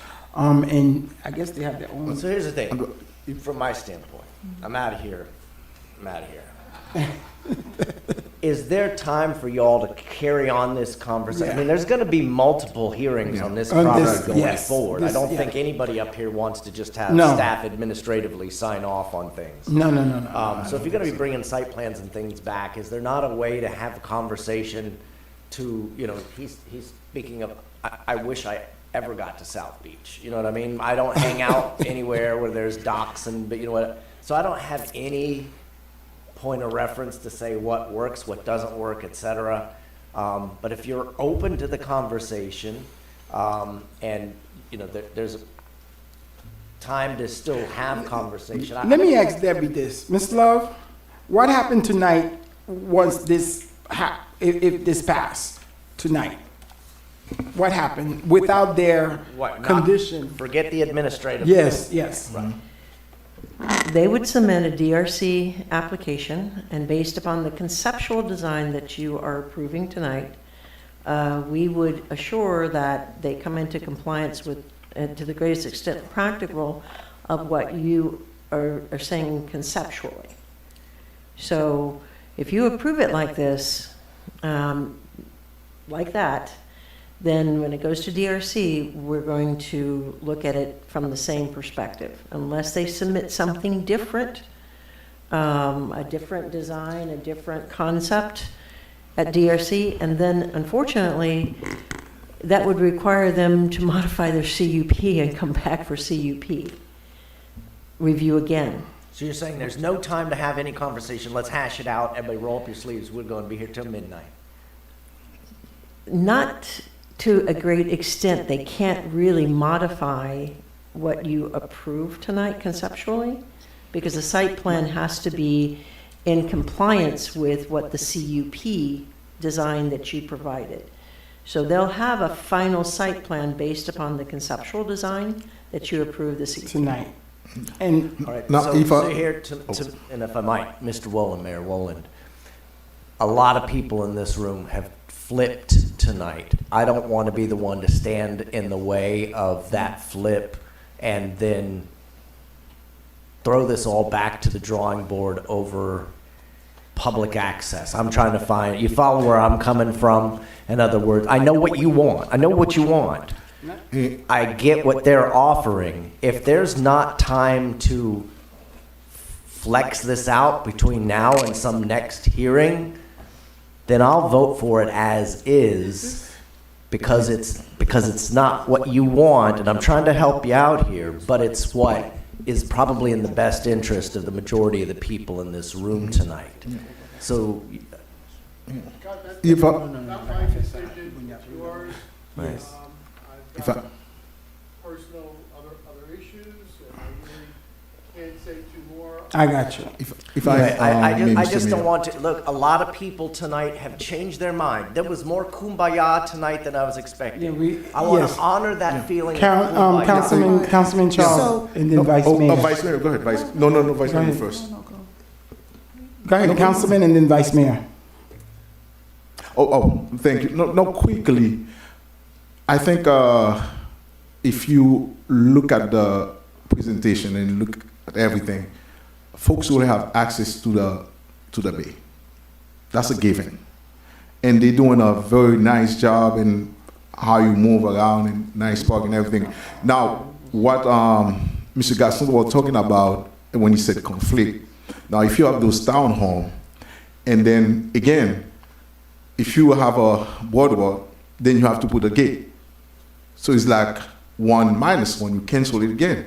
Now, the other side of it, you have to look at, if you have townhome and people living there, would that be okay for you to have people going, up and down? That doesn't make any sense. So, for me, in looking at it, it is not a question on that folks would be able to access the bay, but it is where.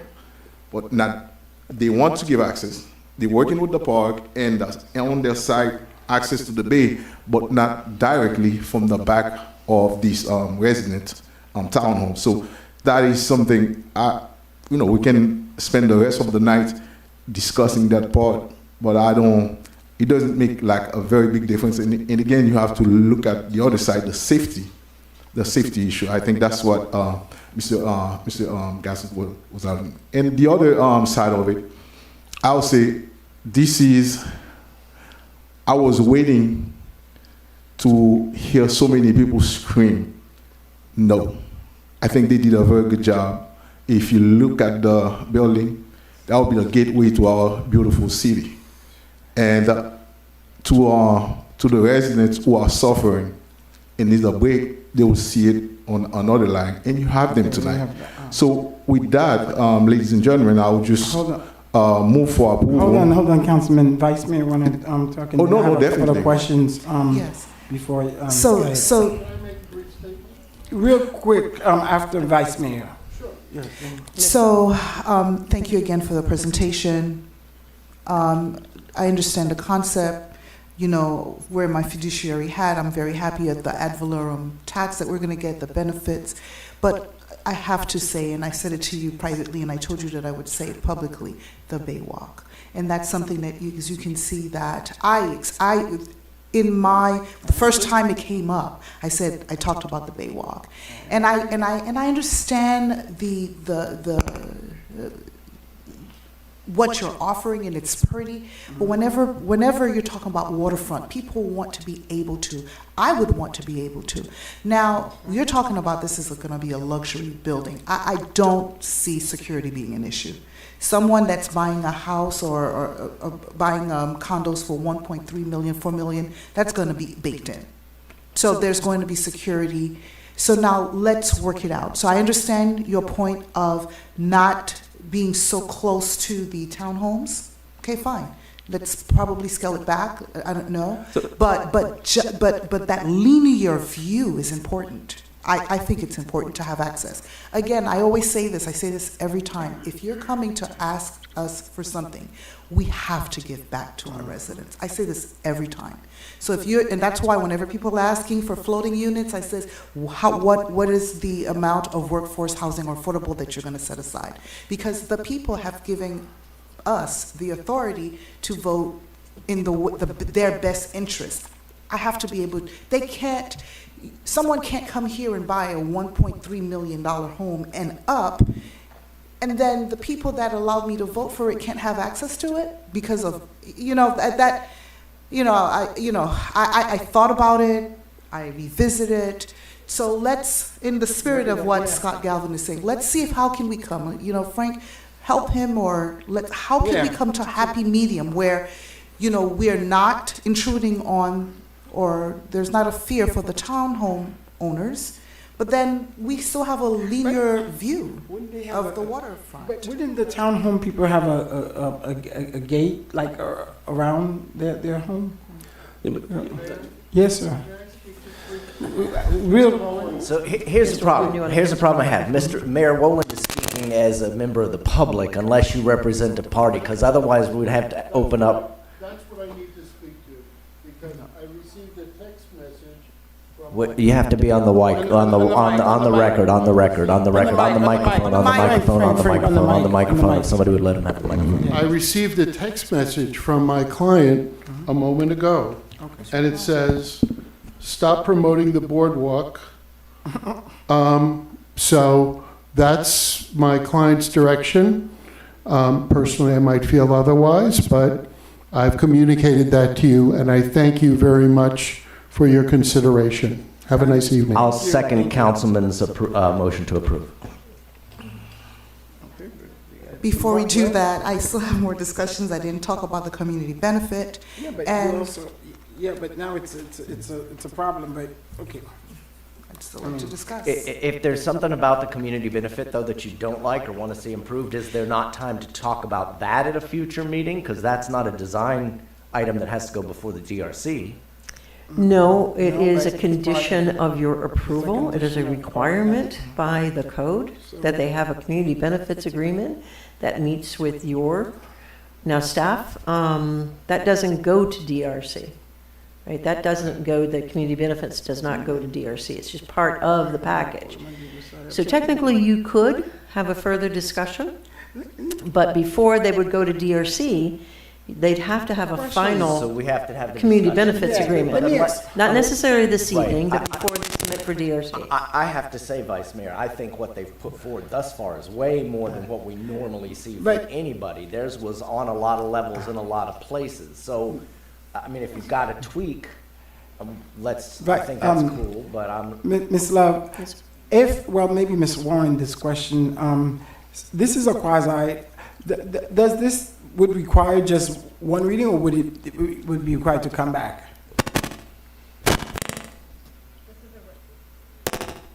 Yeah, the whole thing is messed up today. It is a resolution, it's one. Oh, it's a reading. resolution. Oh, okay. Why did I thought it was a, what was it? Did we have a, this is a reso? Yes. So why did we have the, okay.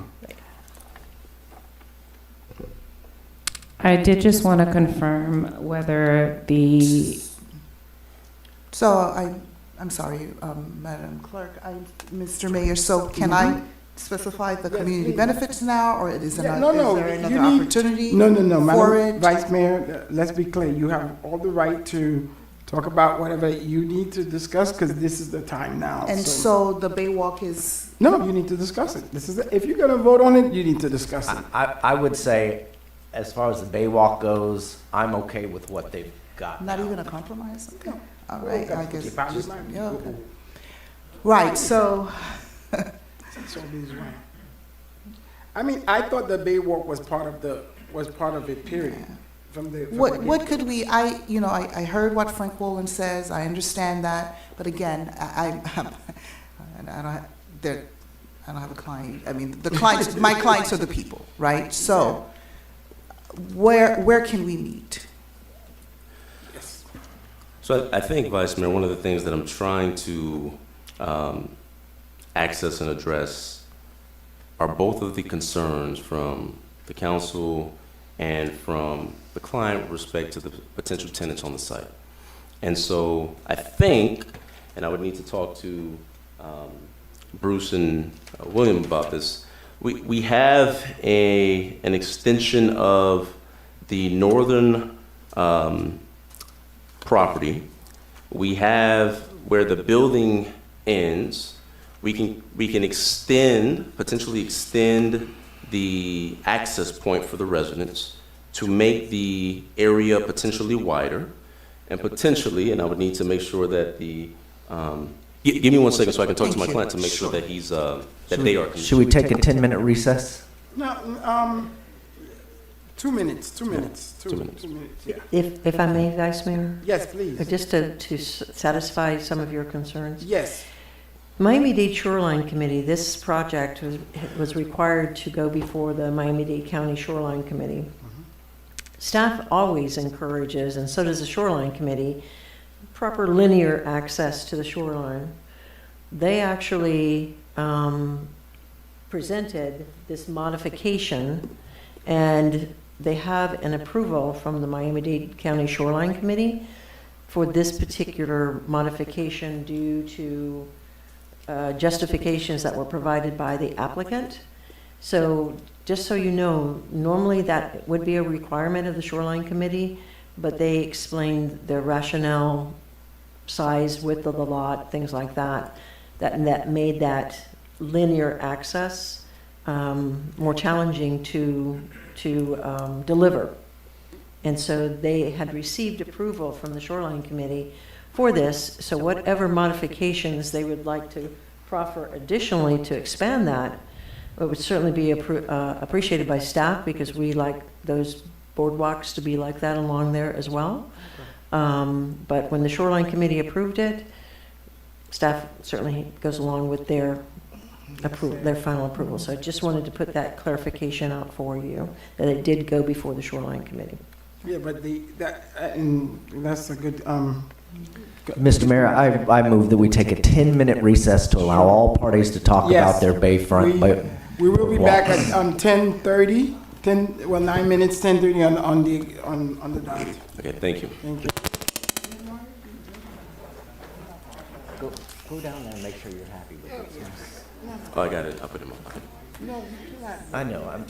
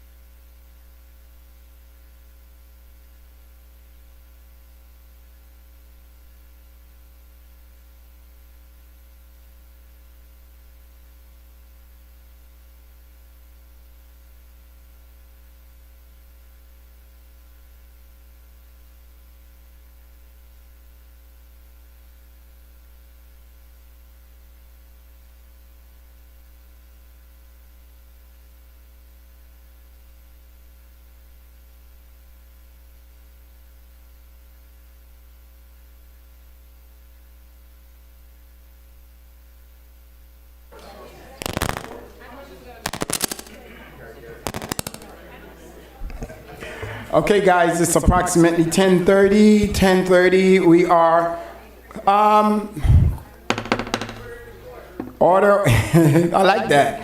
Okay, we are back into session. We are going to go a little bit out of order because Vice Mayor and the folks are still in session meeting. So we're gonna take tab. Madam Clerk, can we go out of order? Take tab. Is it P or O? I'm kind of lost where I am now. I think it's. I think O was moved to the consent agenda. We've that's approved true. the consent agenda. That means the next item up would be P. P. And then P was P. We're not doing P, Madam Clerk, or? So let's do tab P. You back? That's fine by the time. Let's do P and then we'll go back to do that. All right, Madam Clerk, tab P. Jesus. Tab P, a proposed resolution of the Mayor and City Council of the City of North Miami, Florida, approving an amendment to the fiscal year 2024-2025 capital improvement budget to include $1.5 million to be utilized toward the Quad Pepper Park redevelopment project in support of the Land and Water Conservation Fund LWCF grant, providing for an effective date and all other purposes. Tab P. Okay, thank you so very much. John, is there any presentation for this tab or what this item is? This is tab P. This is the water conservation project for Cloud Good evening. Pepper. Yes. Good evening, Mayor, and Council. Francisco Medranda, Grants Administrator. Yes, sir. The item you have before you, it's for the Land and Water Conservation grant from the Florida Department of Environmental Protection. This is primarily to focus on anything recreation, development of open spaces, bodies of water as well. We partner with Redwood to pursue this grant. It is a one-to-one match. Thank you, Francisco. Mhm. Appreciate it. Thank you. Public hearing is open on the item. Public hearing is open on the item. Seeing none coming, public hearing is closed. So move. Second.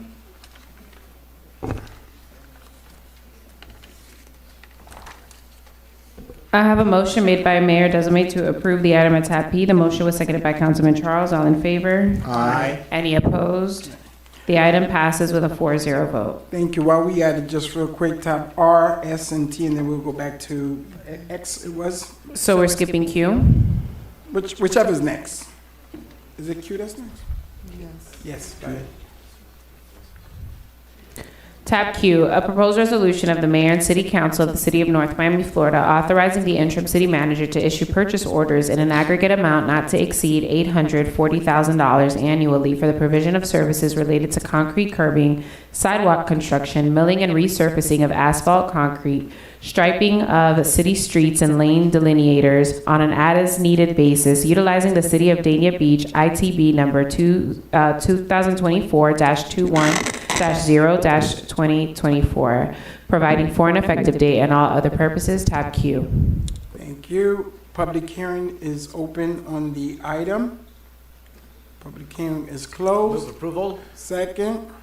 Before we go, I have a quick question for Sure, go ahead. the Director of Public Works, if I may, to the manager. Is the city manager still here? Yeah, she's No, here. John. Oh, to the interim deputy city manager. I think he's there. On this item in here, does that include the? I don't want to say resurfacing of the traffic circle that these people messed up when they did Northwest 10th. Did the mess on Northwest 10th Avenue. Councilman, through the interim city manager, yes, this funding will allow us to finish that resurfacing as well. But we do have money that was carried over from previous fiscal year, so we have some new money as well. Thank you, sir. Yes, sir.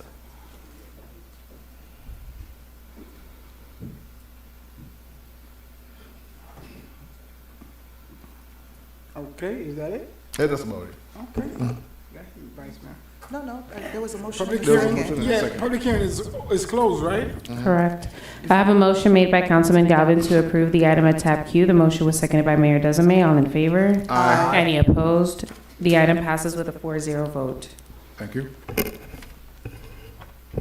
Tab R, a proposed resolution of the Mayor and City Council of the City of North Miami, Florida, authorizing the interim city manager and city attorney to negotiate and execute an amendment to the professional services agreement between the City of North Miami and Be Free LLC, doing business as Freebie, thereby exercising the first option to renew the agreement for an additional 1-year term and expanding the services provided to the city by adding 2 additional vehicles, thereby increasing the total to 6 Freebie vehicles in service for a total amount not to exceed $750,000, providing for an effective date and all other purposes. Tab R. Thank you so much. Presentation? If you have any questions, I'll be glad to take Move for approval? No, I have some questions. I have some I have questions. questions. Yes. Hey, how are you? It's a great program. It's costing us a little bit of money. The question that I have is the advertisement on the Freebie. We get some complaint with residents and we're paying this amount of money. And when I explain it to the manager, which I thought it would make sense, if they do advertise on the vehicle, there is a discount that I'm assuming that we're getting from it. But at this amount, this is the discount that we're getting. So that was my. Yes, Mr. Mayor. So the current agreement that we have, they provide a discount of $7,500 per vehicle. It's a lump sum amount that's provided, and that is what the current agreement provides for. If the council wishes to go in a different direction, then certainly we can take up the conversation and negotiations with Freebie and their representative. I love it. It's a good program, but I don't think it's fair. If I may also provide a little bit further clarification. So when we quoted the city for the services, we went ahead and gave an upfront discount of $7,500. Normally, how we work with cities is we do a 50-50 revenue share with the city. So whatever we sell in advertising, we return 50 cents back to the city. In this case, we went ahead and gave you the $7,500 per vehicle upfront, which was a total of $30,000. With the new agreement, it would be a total of $45,000. If we go to the regular way that we normally work with cities, which is a 50-50 split, your cost would actually go up because we would not be giving you that $7,500 discount. No, but I'm saying, Right. why do we need the advertisement on the car? Because Aventura, not all of their cars, that's the problem. Because it reduces so if we do the advertising, that helps reduce the city's cost. Whenever we sell advertising, it brings in revenue, and that revenue we share at a 50-50 with the cities. But in this case, we went ahead and took the risk up front, meaning we may not sell the advertising, but either way, we're giving you the $7,500 up front in a discount per vehicle. In addition to what we're looking at today with the addition of the 2 vehicles is because the city was able to apply for and be awarded the FDOT grant, which is a 50% matching grant. So last year you were paying for 4 vehicles. This year you're going to have 6 vehicles, but only be paying for 3. So there's a savings in that as well. Now my question is that the $750,000 that coming from the general fund, Madam Manager? I believe it's coming from transportation taxes along with the grant. So this year there is a grant for $325,000, and then there is another portion that the city is handling. And that Freebie contract, so for how long so it's like, for how many years we're just gonna keep on carrying? Well, there's 2 more years to the contract, Councilman. So again, as the interim city manager mentioned, this grant will help us to offset 50% of the cost of the annual cost of this contract. Now, my other question is on the service. I haven't had a very good experience with the service. 2 times I ordered a vehicle, just sitting and this thing just walking around, never get to see one. That is something that we need to take into consideration. And then the second time I was at Enterprise Rental Car on Northeast 14, and then I ordered a vehicle to go back home, and we was like waiting. It was 45 minutes. And then I saw one coming. I was like jumping, and then said, and then all of a sudden the guy got out and then did whatever he had to do, and then got back in the car and drive. And then this thing was still waffling. So I haven't had a very good experience with that freebie. So my concern is that we just want to have the service and everything, but in terms of the amount of money that it is going to cost the city, we have to look at what we're getting for the money. So is there any way that standing in here can tell us that the service will be improved since you're adding 2 more vehicles to that fleet? Exactly, Councilman. So by adding the 2 more vehicles, that's going to help with reducing the wait times. I do want to say that there is a large majority of folks who are transit dependent that are using the freebie just to get to like regular grocery stores and such. So we do have a high usage. I will also say that the average wait time across our cities, what's considered standard, is 20 to 25 minutes.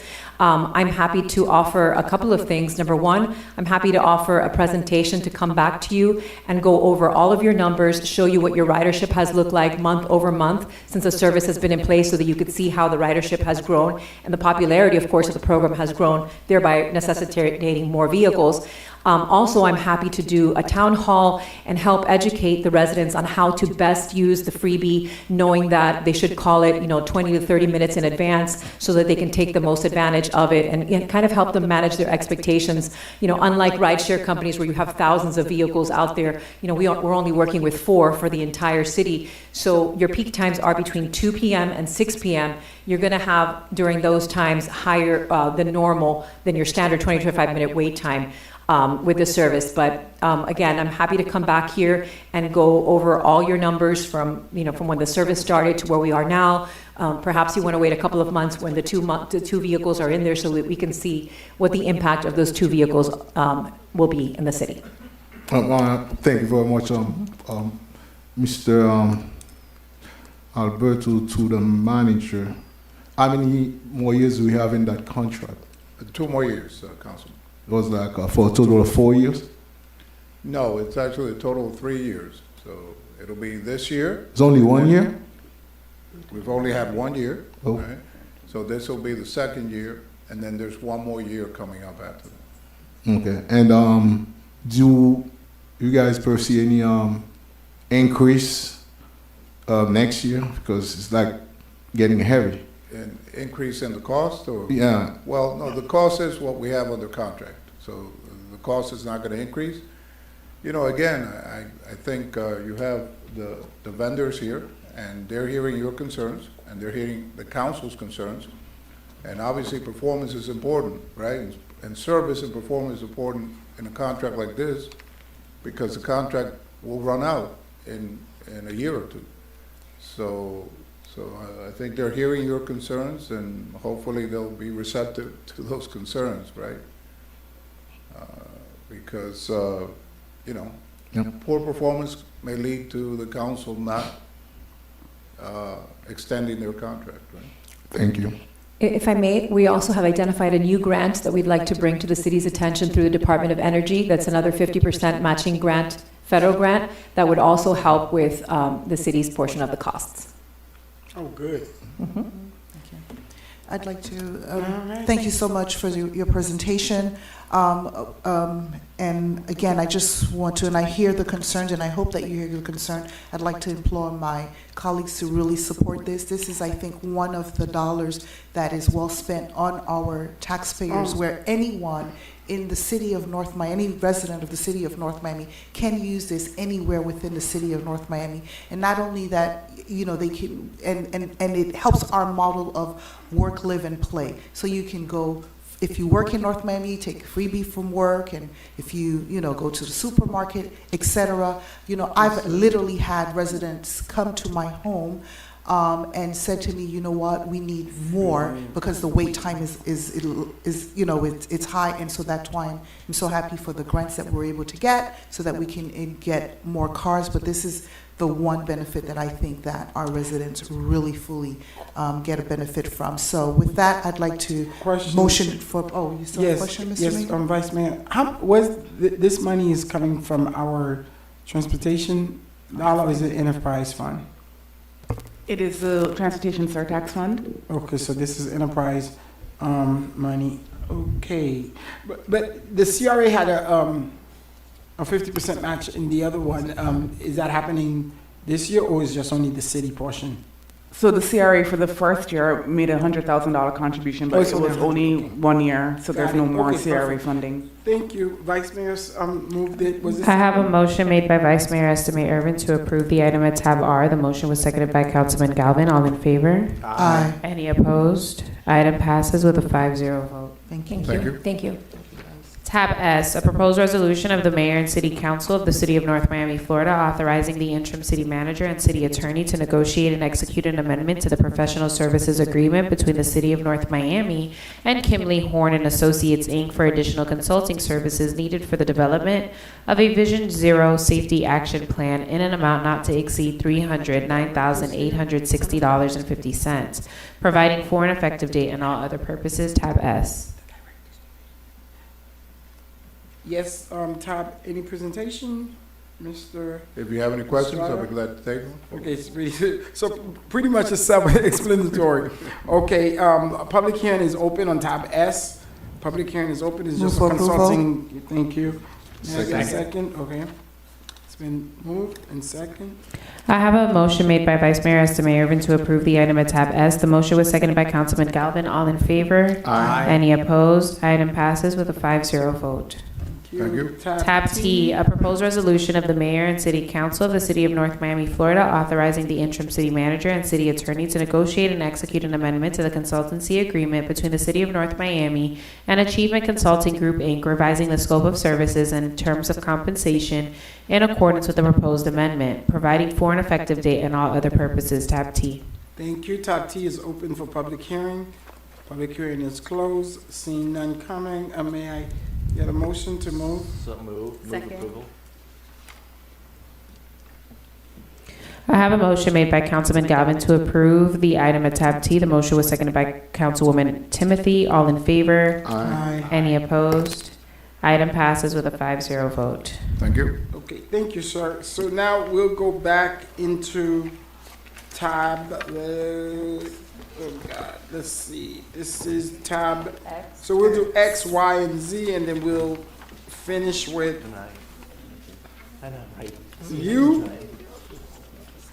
U, V, and W. Is that, no, we'll be done with W, so we'll be done with U. Alrighty, let's go.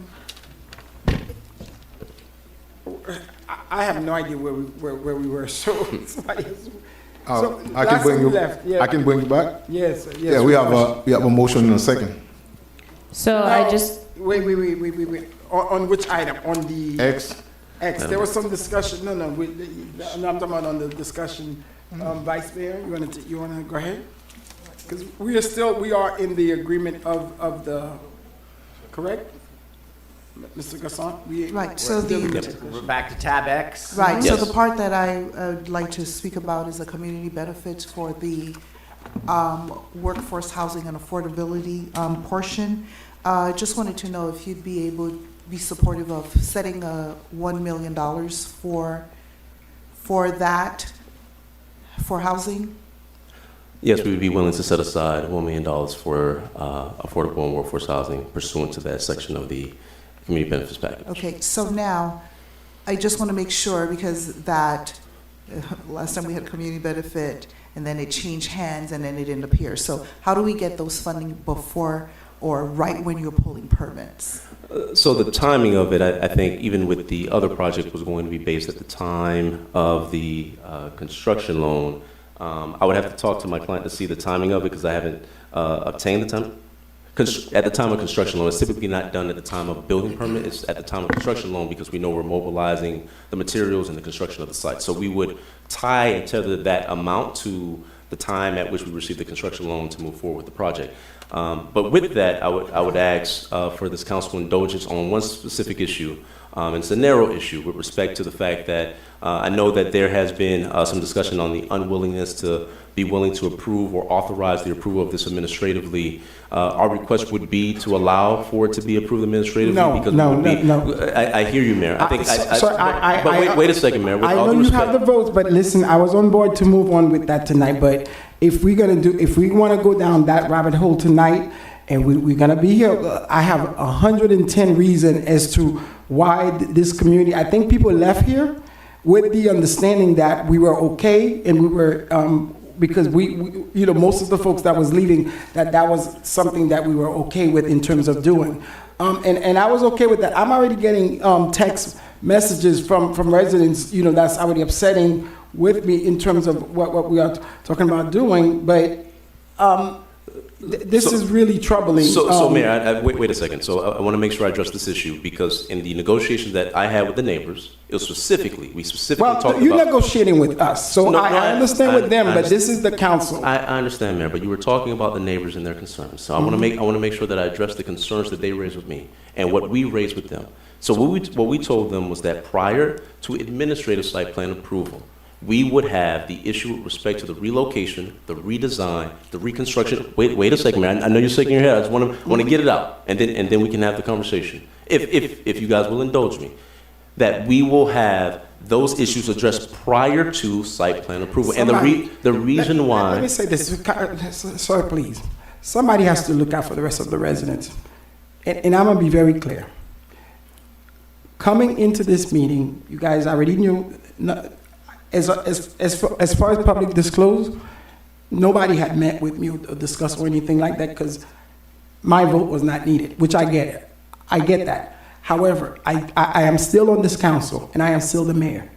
I had received many calls from Keystone and Sans Souci on the issue, on this particular issue. And I have been dealing with this issue and working with you and the developer from the get-go. So I did not appreciate the fact that I have not seen the no community package benefit. I have not seen none of these things, which I'm okay with in terms of that. But this one big ticket item, you are asking the council members, and if you have council members that's okay with that, to give our right and have staff do, and that was the biggest thing. I had 4 calls today from residents of Sans Souci and Keystone. And like I said, I'm okay with the project and this and that. And they really, it's a fundamental question that they have, which has nothing to do with you because you are making a request. But if that's the rabbit hole that we are trying to go down here the night before Thanksgiving, after whatever we are opening up this thing up for. So Mayor, look, I'm just trying to address and zealously advocate on the client's behalf with respect to the administrative site plan approval because we're seeking to get the construction loan to close on the property. You need to close on the property as soon as possible to address the issues for Mariners Bay. Having a discretionary approval out there through the site plan approval process has an impact on our ability to obtain that. And so I have an obligation, give me 1 second, Mayor. I have an obligation to be able to at least make the request to the council to seek to have the authorization for the administrative site plan approval in the attempt to see if we can close on the property as soon as possible, which has been the timeline issue. And so I wanted to make the request respectfully, understanding the mayor's objection. I'll say this, sir, and I'll say publicly, and if it's 12 o'clock or midnight, if it's anything that you would need us to make a decision up on something that you need that we wrote, if we needed to call a special meeting, I would give you that guarantee to call that. But instead of us giving it to staff, the resident, I am telling you this, it's not a good thing, and a lot of them left here, and we okay. That's just what I'm just putting it out there in terms of that process. Council, I had to make the request. I've made the request. I've laid it before the council. I hope that the council will indulge us in the request. So what I needed to clarify, Mayor, was whether when the motion was made by Councilman Charles, it was with the intent of the two things that Mr. Gassant had put on the record, which was the request for the administrative site plan approval, and then the second one was related to the Section 9 of the community benefits package. So, and one more item, Madam Clerk, I want to make sure that it also includes the reference addressing the Vice Mayor's concern regarding the $1 million contribution in Section 3 of the community benefits package.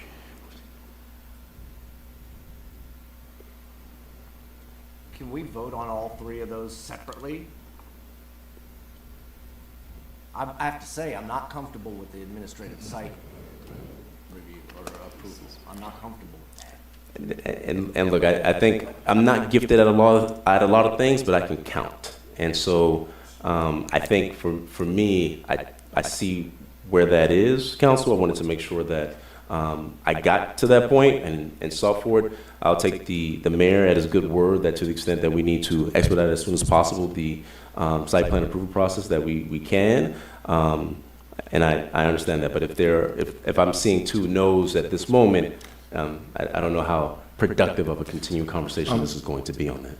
We, with that, since I'm the maker of the motion, with that administrative part, you can just wrap that out because, y'all come back to us.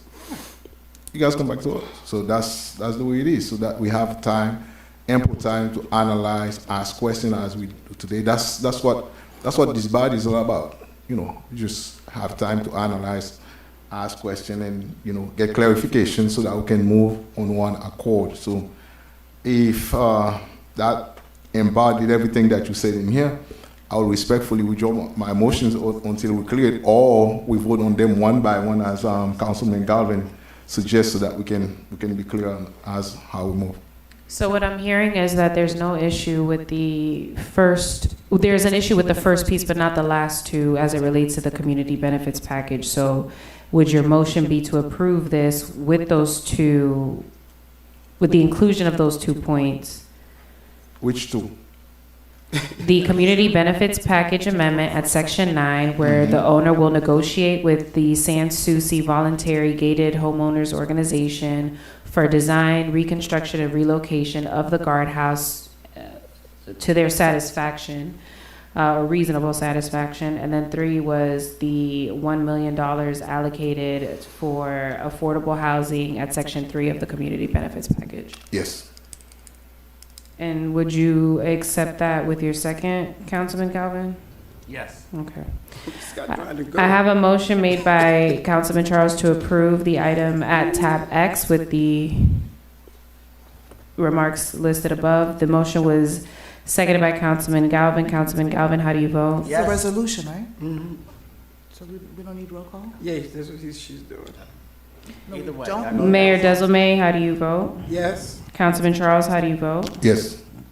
Councilwoman Timothy is absent. Vice Mayor Estimate Irvin, how do you vote? No, she's not absent. She's recused, but I vote yes. The motion carries with a 4-0 vote. Thank you, Mayor. Thank you, Vice Mayor. Thank you, members of the council. Thank you. Happy holidays. Good night. Tab, Madam Clerk, where are we? I don't even know. Tab. Why? Why? Or is it why? Are we starting over? I have no idea. Tab Y, a proposed quasi-judicial resolution of the Mayor and City Council of the City of North Miami, Florida, approving an application for a conditional use permit in substantially the attached form for the development of a 4-story, 25-unit apartment building with 41 ground-level parking spaces on one parcel of real property generally located on Northeast 136th Street and at Northeast 4th Avenue, and specifically identified with Miami-Dade County Folio number 06-2219-000-1772 and totaling approximately 0.60 acres in accordance with Article 3, Division 4, Sections 3-402 through 3-407, Article 4, Division 2, Sections 4-202, Section 4-203, parentheses, capital A, and Section 4-205 and Article 4, Division 3, Section 4-305 of the City of North Miami Code of Ordinances, Chapter 29, entitled Land Development Regulations, providing for an effective date and all other purposes. Tab Y.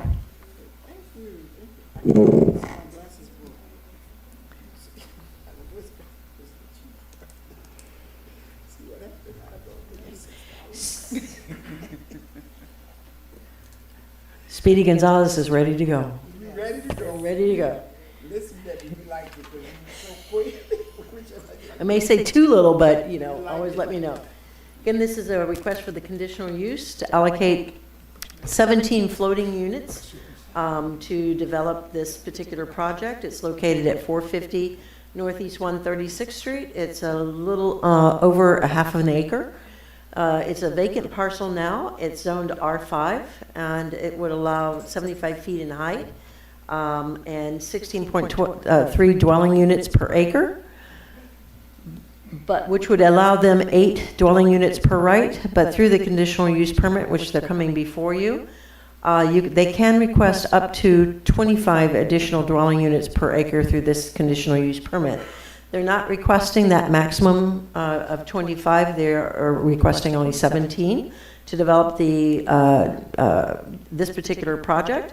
The Planning Commission recommended approval with the condition the applicant to consider doing a rooftop garden on this particular project. Again, it's a 4-story, 25-unit apartment building and with 41 ground-level parking spaces. They have a seating area, amenities on the first floor of the property. It's going to be green certified. It'll have those enhanced stormwater requirements at 10% over, as Mr. Cassant mentioned earlier. It will, during construction, 255 direct, because it's a small project, 255 direct, indirect jobs during the construction period with $4.1 million in wages. They anticipate providing the city with almost $22,000 annually in ad valorem. The current impact and permit fees, as with the old impact fees, would be $84,950 for their one-time fee. We do have those typical conditions that we always provide: expansion of the sidewalks. In this case, it would be a 6-foot wide sidewalk along the Northeast 135th Street frontage. And again, LEED certified. They have some low impact commitments, sustainability commitments they must keep. The next steps would be DRC review, and then come back to you for City Council site plan approval. So with that, the applicant does have a very brief presentation, and they are here to answer any questions. I'll pull their PowerPoint up for you.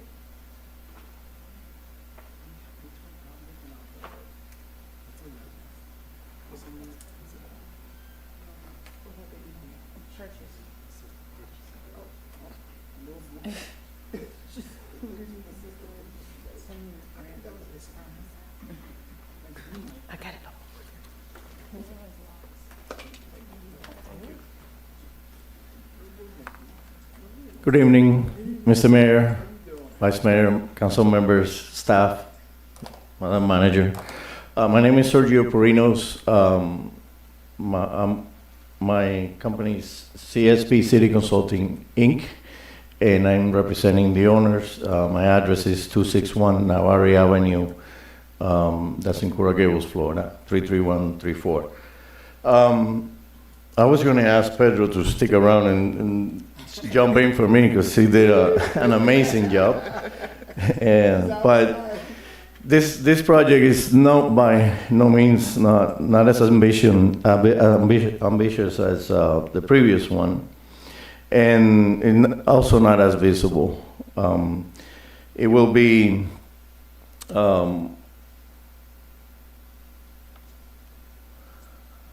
the property is, as Debbie alluded, located at 450 Northeast 136th Street. The property is 25,740 square feet. That's 0.59 acres.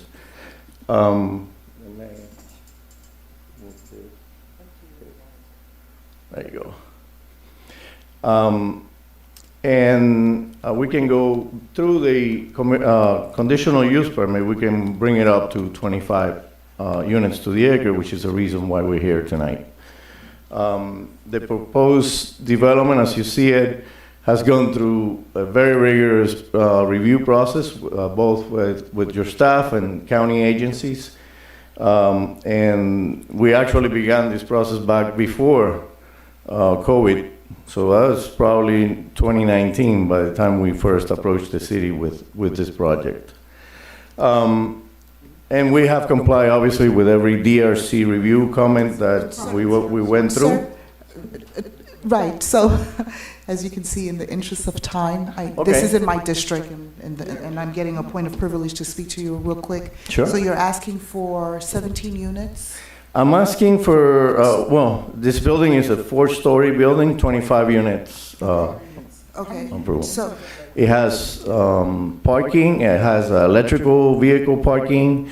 We are proffering, if you would like, because I heard you mention it in a few occasions here tonight, we're proffering a percentage of workforce housing / affordable housing, if that's what. how many would you be proffering?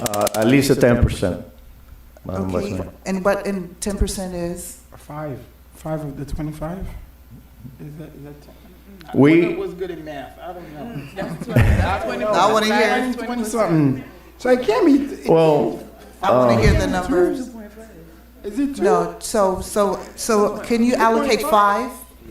5 units, yes. 5 units, and then we can work out the AMI? Yeah, the interests of my clients have been to include workforce housing in every project that they have done. So in most of the other cases, we have gone way beyond that percentage anyway. So you will get 5, and Okay. then the roof time, they're recommending the rooftop garden. Did you accept that offer that Yes. the planning commission is doing? Okay. Let me And see. Is that the building? No, go ahead, Vice Mayor, when you're done. sure. And so those are the 2 things that I'd like to see. And you said there's electric cars. Yes. And I mean electric charging. Yeah. Yeah. That's it? That picture? That?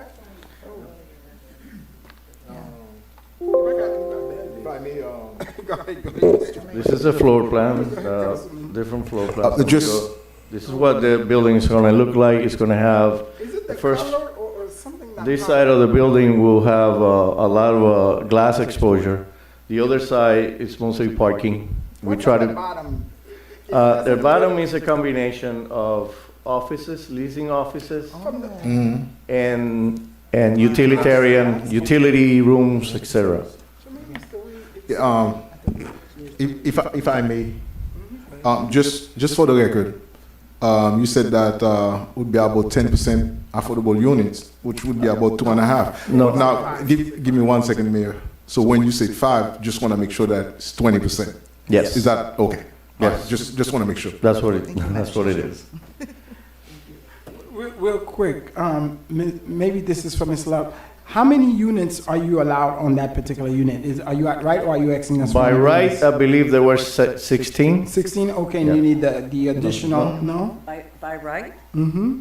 without the CUP? Yes, ma'am. It's 8 units. Ew, They're okay. requesting 17 17 floating units Well, to okay, come that's up with what the I need. 25, but they could actually ask for more No, under the Yeah. CUP, so they're not maximizing And how many their do we have in CUP that, request. how many floating units do we have in that pile? Oh, right now, it's over 8,000. Oh, okay, never mind, okay. So it's replenished. And we're not requesting any variances of No, any sorry, kind. we good. Thank you so much. Thank you. so- Public hearing is open on the item. This is a quasi, right? Okay, thank you. Nobody signed up. Move for approval. Second. Somebody did sign up. Okay, never mind. Somebody did sign up to speak, but they probably already left. Well, Georgio Parios. That's Sergio? Oh, that's him. Sergio? Oh, Oh, that's you. Oh, Sergio. Sergio, that's you. You good. Oh, this We is, good. this is what? It's been moved. Can we get a second? Who moved it? I think. Oh, I need to report ex parte Oh, yes, communication. please. Let's, who speak Yeah. to, Councilman? No. No? Vice Mayor? I did, yeah, just did. Councilman? You did? I haven't spoken. Well, we spoke like months ago, I think. I don't even remember, but no, nothing recent. Okay, thank you. It's moved by Councilman and second by Vice Mayor. I have a motion made by Councilman Charles to approve the item at tab Y. The motion was seconded by Vice Mayor Estemayoven. All in favor? Aye. Any opposed? Motion carries with a 4-0 vote. Isn't it a roll call? I'm sorry, Mayor Deslamay, how do you vote? Yes. Councilman Charles, how do you vote? Yes. Vice Mayor Estimé Irvin, how do you Yes. vote? Councilman Galvin, how do you vote? Yes. And motion carries with a 4-0 vote. Thank you, Madam Thank you. Clerk. Have a great evening. you, sir, and happy holidays to you. Happy Thanksgiving Thank you, holiday. thank Good you, luck sir. to you. Question, Madam Clerk, where are we? Tab Z. Okay, tab C. Z. Oh, Z, okay.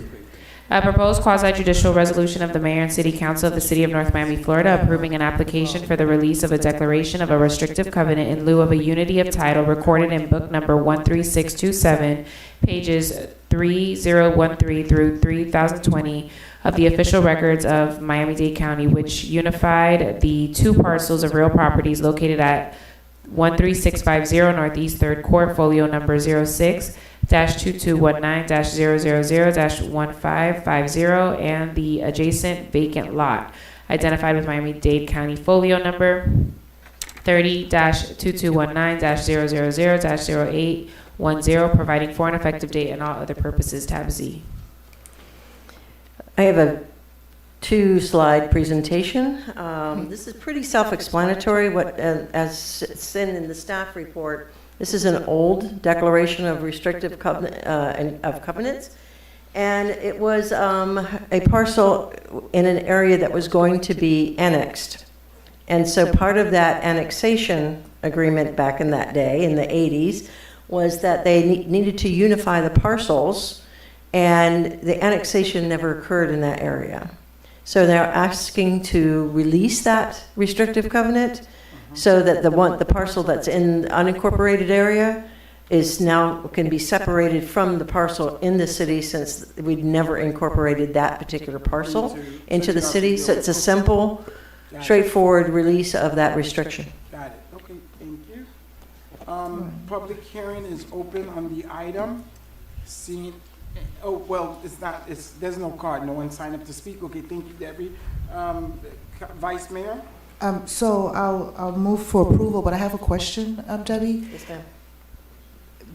So couldn't we, if we wanted to, annex this by resolution? You know how because of the size as is now, couldn't we do that? I'm sorry. Could we not annex this by resolution now because of the size and how adjacent it is to our city? You'd still have to go through the annexation process at the county, and there's an application process we would still have to go We through. still have to go through the application process at the county.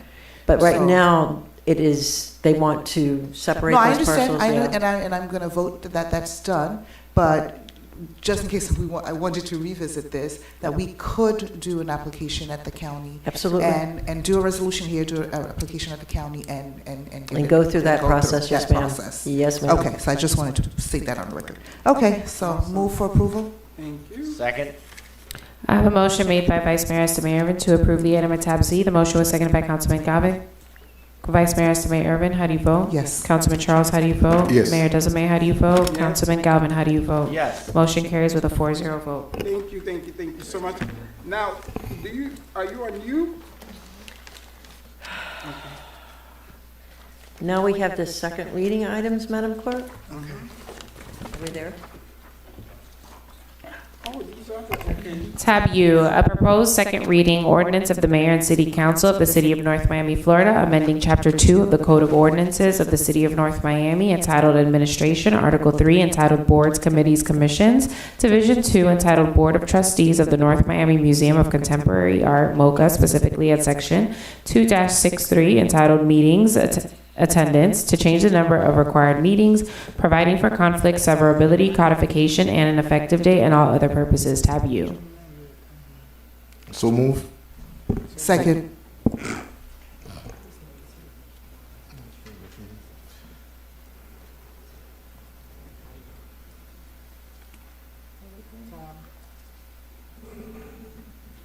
Public hearing is open. No.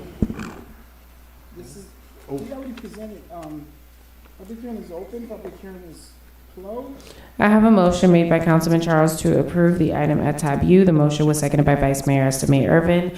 Mayor Desiree, how do you vote? Yes. Councilman Charles, how do you vote? Yes. Vice Mayor Estimé Irvin, how do you vote? Yes. Councilman Galvin, how do you vote? Yes. Motion carries with a 4-0 vote. Yes, thank you. Tab V, a proposed second reading ordinance of the City Council of the City of North Miami, Florida, repealing Section 19-98 water and sewer capacity fees in Chapter 19 of the City of North Miami Code of Ordinances, entitled Utilities, amending Chapter 29 entitled Land Development Regulations, Article 3 entitled Development Review, specifically at Division 14, New Development Impact Fees, repealing Transportation Impact Fees, adopting new Stormwater Impact Fees, combining Parks and Library Impact Fees, combining General Government and Police Impact Fees, amending land use categories within the Parks and Recreation, excuse me, and General Government Impact Fee schedules, assessing water and sewer impact fees on the basis of water meter capacity rather than land use type, adopting an updated impact fee study, providing for purpose and intent, providing definitions, providing rules of construction, providing findings, providing for conflict severability, providing for repeal, providing for codification, and providing for an effective date and all other purposes. Tab V. Tab V, as in Victor. Thank you. Yes, please, Ms. Love. I know you do not want me to go over what you all heard at first reading. Yes. All right. We have a first. Okay. So I But move a for. public hearing, before we move, just so we'll remember, a public hearing is open on the item. Public hearing is Yes. closed, but no, we'll let you say if you want to speak on the item? Yes, thank you, Mr. Mayor. I didn't see a sign-in sheet, I apologize. No, it's fine. Okay. My name is Dennis Kerbel. I'm with Ackerman LLP with offices at 98 Southeast 7th Street. I'm here on behalf of the Builders Association of South Florida. Oh, is this the item? That's not the No, item. this This is V, isn't it? Yes, This it is is. the general government impact fee. Okay, yeah. He's with Ms. taking Trudy? this, my fellow alumni Yeah. from North Miami High is taking Ms. Oh, Ms. Burton's Truly. place Right. tonight. Yes. Oh, you came, Ms. Truly. I'm here, Okay. yes. There you go. Ms. Burton is out of town and asked for a substitute. I'm not Yes. quite as pleasant as she is, I'm sure, but I appreciate your indulgence. So as you know from Ms. Burton's letter, the Builders Association has requested that the fee, rather than the proposed very significant increase, that it instead be phased in a 20% increase over 5 years, or 20% for each year of 5 years.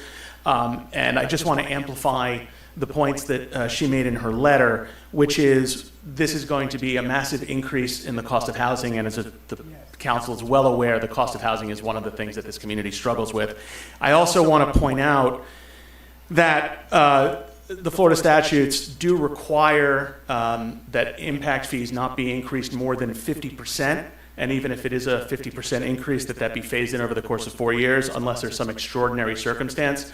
Your report does not lay out an appropriate extraordinary circumstance, and so for that reason alone, you should either defer this to retool it, or accept the proposal for the 20% increase. I would also like to specifically address the general government fee, just to put on the record that the methodology that's at least laid out in the report, there's no, the law requires that there be a nexus and a rough proportionality for the impacts of new development. There is no nexus stated and no rough proportionality in terms of how you set the fee, which you're now proposing to increase by up to 600% on at least one of the categories, which would be a violation of state law. So on top of not having an extraordinary circumstance, it is well out of proportion to what the statute requires. And so with that, we would ask that you either defer this indefinitely for further review, or that you accept the phased-in 20% increase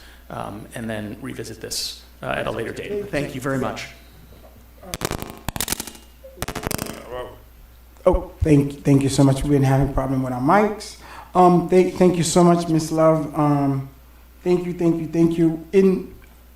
In my meeting with the manager earlier today, we talked about it because I did receive the letter from Ms. Truly, and I spoke to some members of the organization and some stuff. And I think we all are, and especially with Vice Mayor and I think Councilwoman Timothy, with affordable housing, all of us, it's an issue that touches all of us in terms of what's happening, and it's not only in North Miami. It's a national, nationwide issue. But we do understand whatever that we need to do. We do take.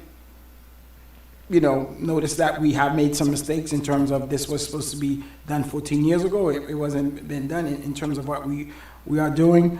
I am in favor of the recommended amount, because I don't think the recommended amount based on, it's not really taking anything away from us. It's just like we won't be getting the amount of money at such a one lump sum in a short period of time, which I think you guys are saying, okay, we understand that you guys have made this mistake, but we agreed to work with you guys if you guys are able to, fade it out into 5 year and in 20% annually added up until you get to your 100%, whatever. Ms. Love, I see you shaking your head. There's a challenge with that. Well, let me tell you my challenge is as an elected official, I have to be careful, because I don't want to sit here and vote on something tonight, and then 10 years or 5 years from now, something did not happen in North Miami, and it's because, it's because of your vote that while affordable housing is a problem, I voted something to cause developers not come in to build. So that's the argument, and I don't think we want to be in the Herald or anything. Like, we got to be careful with where we are. So tell us what's the challenge, and we will figure out how to definitely do that. And I'll also proffer something slightly different for you. Up on the screen, you should see what the phasing schedule looks like. Okay. Right? You'll see what that dollar amount is as you phase it in for the first year. This timeline that you see here, first let's start with that. This timeline at 4 years actually follows Florida statute, because you're supposed to look at your fees every 4 years, right? So going out 5 years takes us to a different level. This actually is the recommended fee phasing that you all approved at first reading, right? So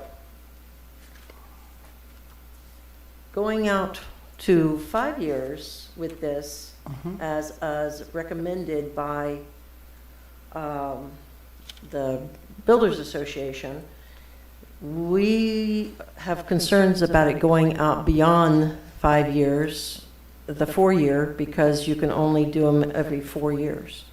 So as far as the extraordinary circumstances analysis, Florida statute doesn't outline what determines whether it's extraordinary circumstances or not. You do. And our extraordinary circumstances is outlined in your package. So what happens when I compare them side by side, you'll see that at the first year is the largest bump at the first year. We know. And they start to even out, though. We don't start to get close to what the actual fees should be, the proportionate share should be, until the third year using their methodology. However, what could happen and stay within that 4 years is to do it 25, 25, 25, 25. Okay. Right? So that's why I was saying to you, let me show you the slides. Okay. So it comes closer, because right now, if you look at this, and I have some notes, if you don't mind, I'd like to look at my notes here real quick. All right. So in this particular calculation, we think it's a better balance to talk to them, to share their concerns. Yeah. But we also have to remember that proportionate fair share, we don't start catching up until the third year, and then we start balancing at the 50, 75, 80. But I think your proposal, if I'm mistaken, you could correct me, would basically just, because if she's going, it was 50%, and your truly proposal, the organization proposal was 20% each year.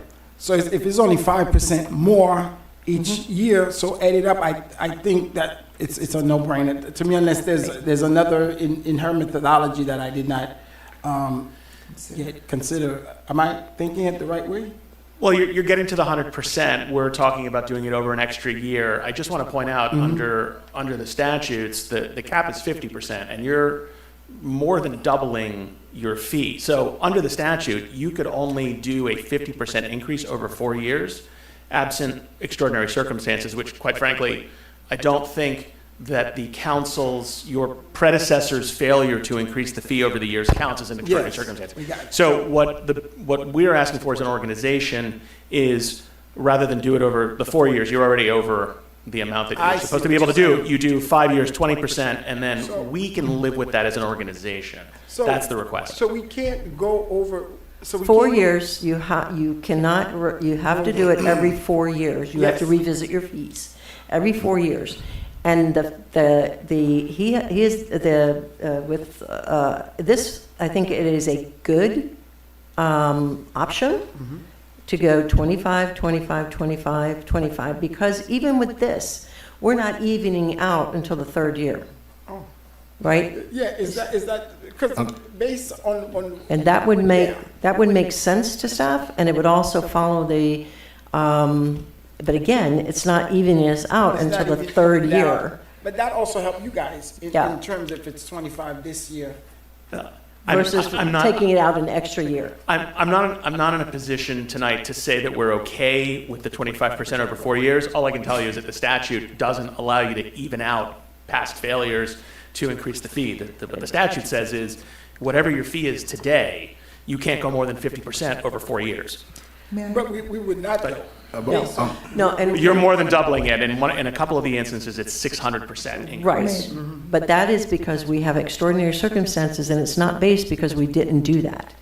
It is based upon the need today and the increased construction cost, what it actually costs to do the work that needs to be involved. It has, the 17-year time period is a notation. We're not using that, it's just the cost of construction for today.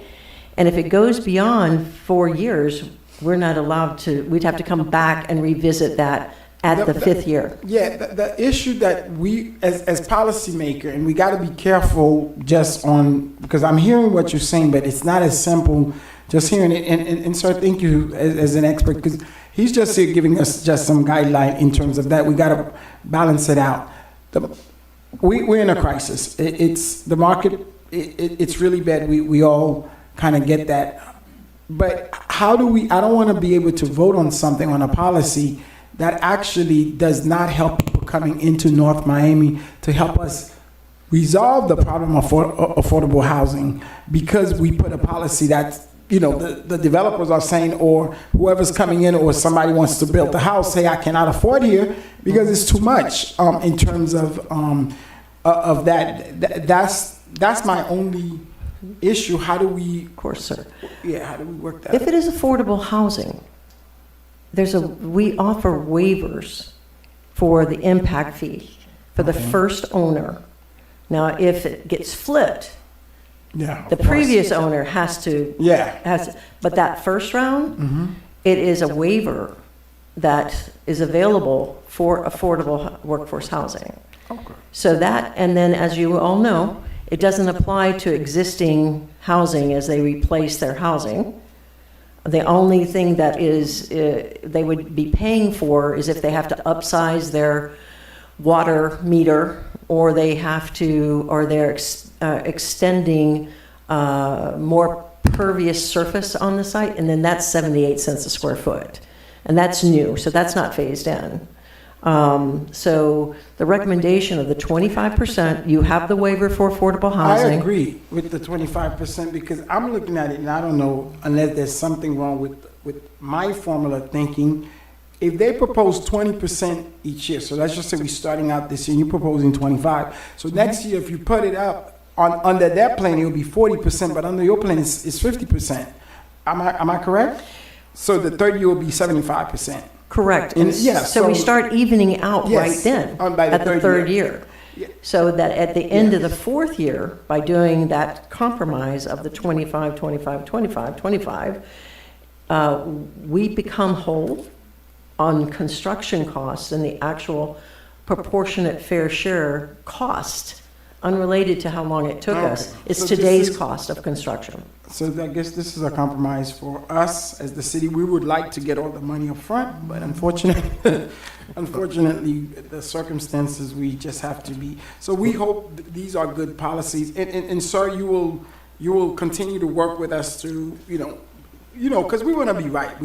This is not about us. We just want to make sure that we could do this. That'll be good for the residents and the folks in North Miami. Yeah, of course, the association will continue to work with the Thank you council. so much, sir. We look forward to that, sir. Thank you, appreciate it. Thank you, Vice Mayor, we good? No, Yes, go ahead, Councilman. Yeah, no, I was actually getting ready to move it with the the suggested changes, yes, with the 25, new- 25, 25. Yes. And now, it doesn't need to be reposted, right, if we're making these No, changes? we don't have anything in the title that No. says that. And the only thing I was about to ask is some legal advice on our side. Yeah. Madam City Attorney, so where do we go from there? Yeah, it's been, gotta shake it. Yeah, so the phasing schedule that's currently in your ordinance will be replaced with a 25% phasing schedule. And we will work with staff to make sure that final piece of legislation is all queued up with those new 25% phasing schedules for your execution. Awesome. Thank So you. now quickly, the schedule that we have in here now, and Mr. Churi spoke about a violation of the state statute. So where do we stand from there? So, according to Florida Statute 163.31801, Florida's Impact Fee Act, it does allow a local government to exceed these maximum caps that were described by the attorney for the Builders Association. However, the Florida statutes do allow for the impact fee rate to be increased beyond those limitations if three requirements are met. One is that you have an extraordinary circumstances need study, which is part of the council agenda packet, which is also posted on the city's website, and that the local government jurisdiction have no less than 2 publicly noticed workshops, which has occurred. Those workshops have occurred, and that this council adopt this ordinance by a 2/3 vote of the governing body. So as long as you're meeting those 3 requirements, and staff has taken care of the first 2 requirements, you do have your study analysis. It is part of your council agenda packet tonight. And we have already taken care of your 2 publicly noticed workshops. So the last item is on you. We'll need a supermajority vote for approval of this ordinance to meet the criteria for that 3rd. Awesome, So thank you so now, much. I'm sorry, may Go ahead, follow go ahead. question. So if I completely understand, so we have met these 3 criteria, right? Correct. Well, 2. Two. The 3rd is The contingent on third vote. one is in our hands. That's what we're doing. Correct. Okay, so we met 2. So okay. Awesome. Vice Mayor, you wanted to say something? I move for approval. Second? I have a motion made by Vice Mayor Estimate Urban to approve the item at tab V. The motion was seconded by Mayor Desame. Councilman Charles, how do you vote? Yes. Councilman Galvin, how do you vote? Yes. Vice Mayor Estimate Urban, how do you vote? Yes. Mayor Desame, how do you vote? Yes. Motion carries with a 4-0 vote. Yay. Okay. Tab W, a Yes. proposed second reading ordinance of the City Council of the City of North Miami, Florida, amending Chapter 29 entitled Land Development Regulations, specifically at Article 3 entitled Development Review, establishing a new Division 15 entitled Mobility Fees, providing for the adoption of the City of North Miami 2045 Mobility Action Plan and Mobility Fee Technical Report, providing for the adoption of the Mobility Fee Schedule, providing for authority general provisions, definitions, findings, declarations, purpose, and requirements for review and updates to the Mobility Action Plan and Mobility Fee Schedule, and providing for conflict severability and an effective date and all other purposes. Tab W. Awesome. This is the last tab of the night. The last tab Councilman Galvin will be voting on. Oh no, he'll be at a special meeting, right? Move for approval. I don't have a presentation for you this evening. Good. This thing, I think we heard it.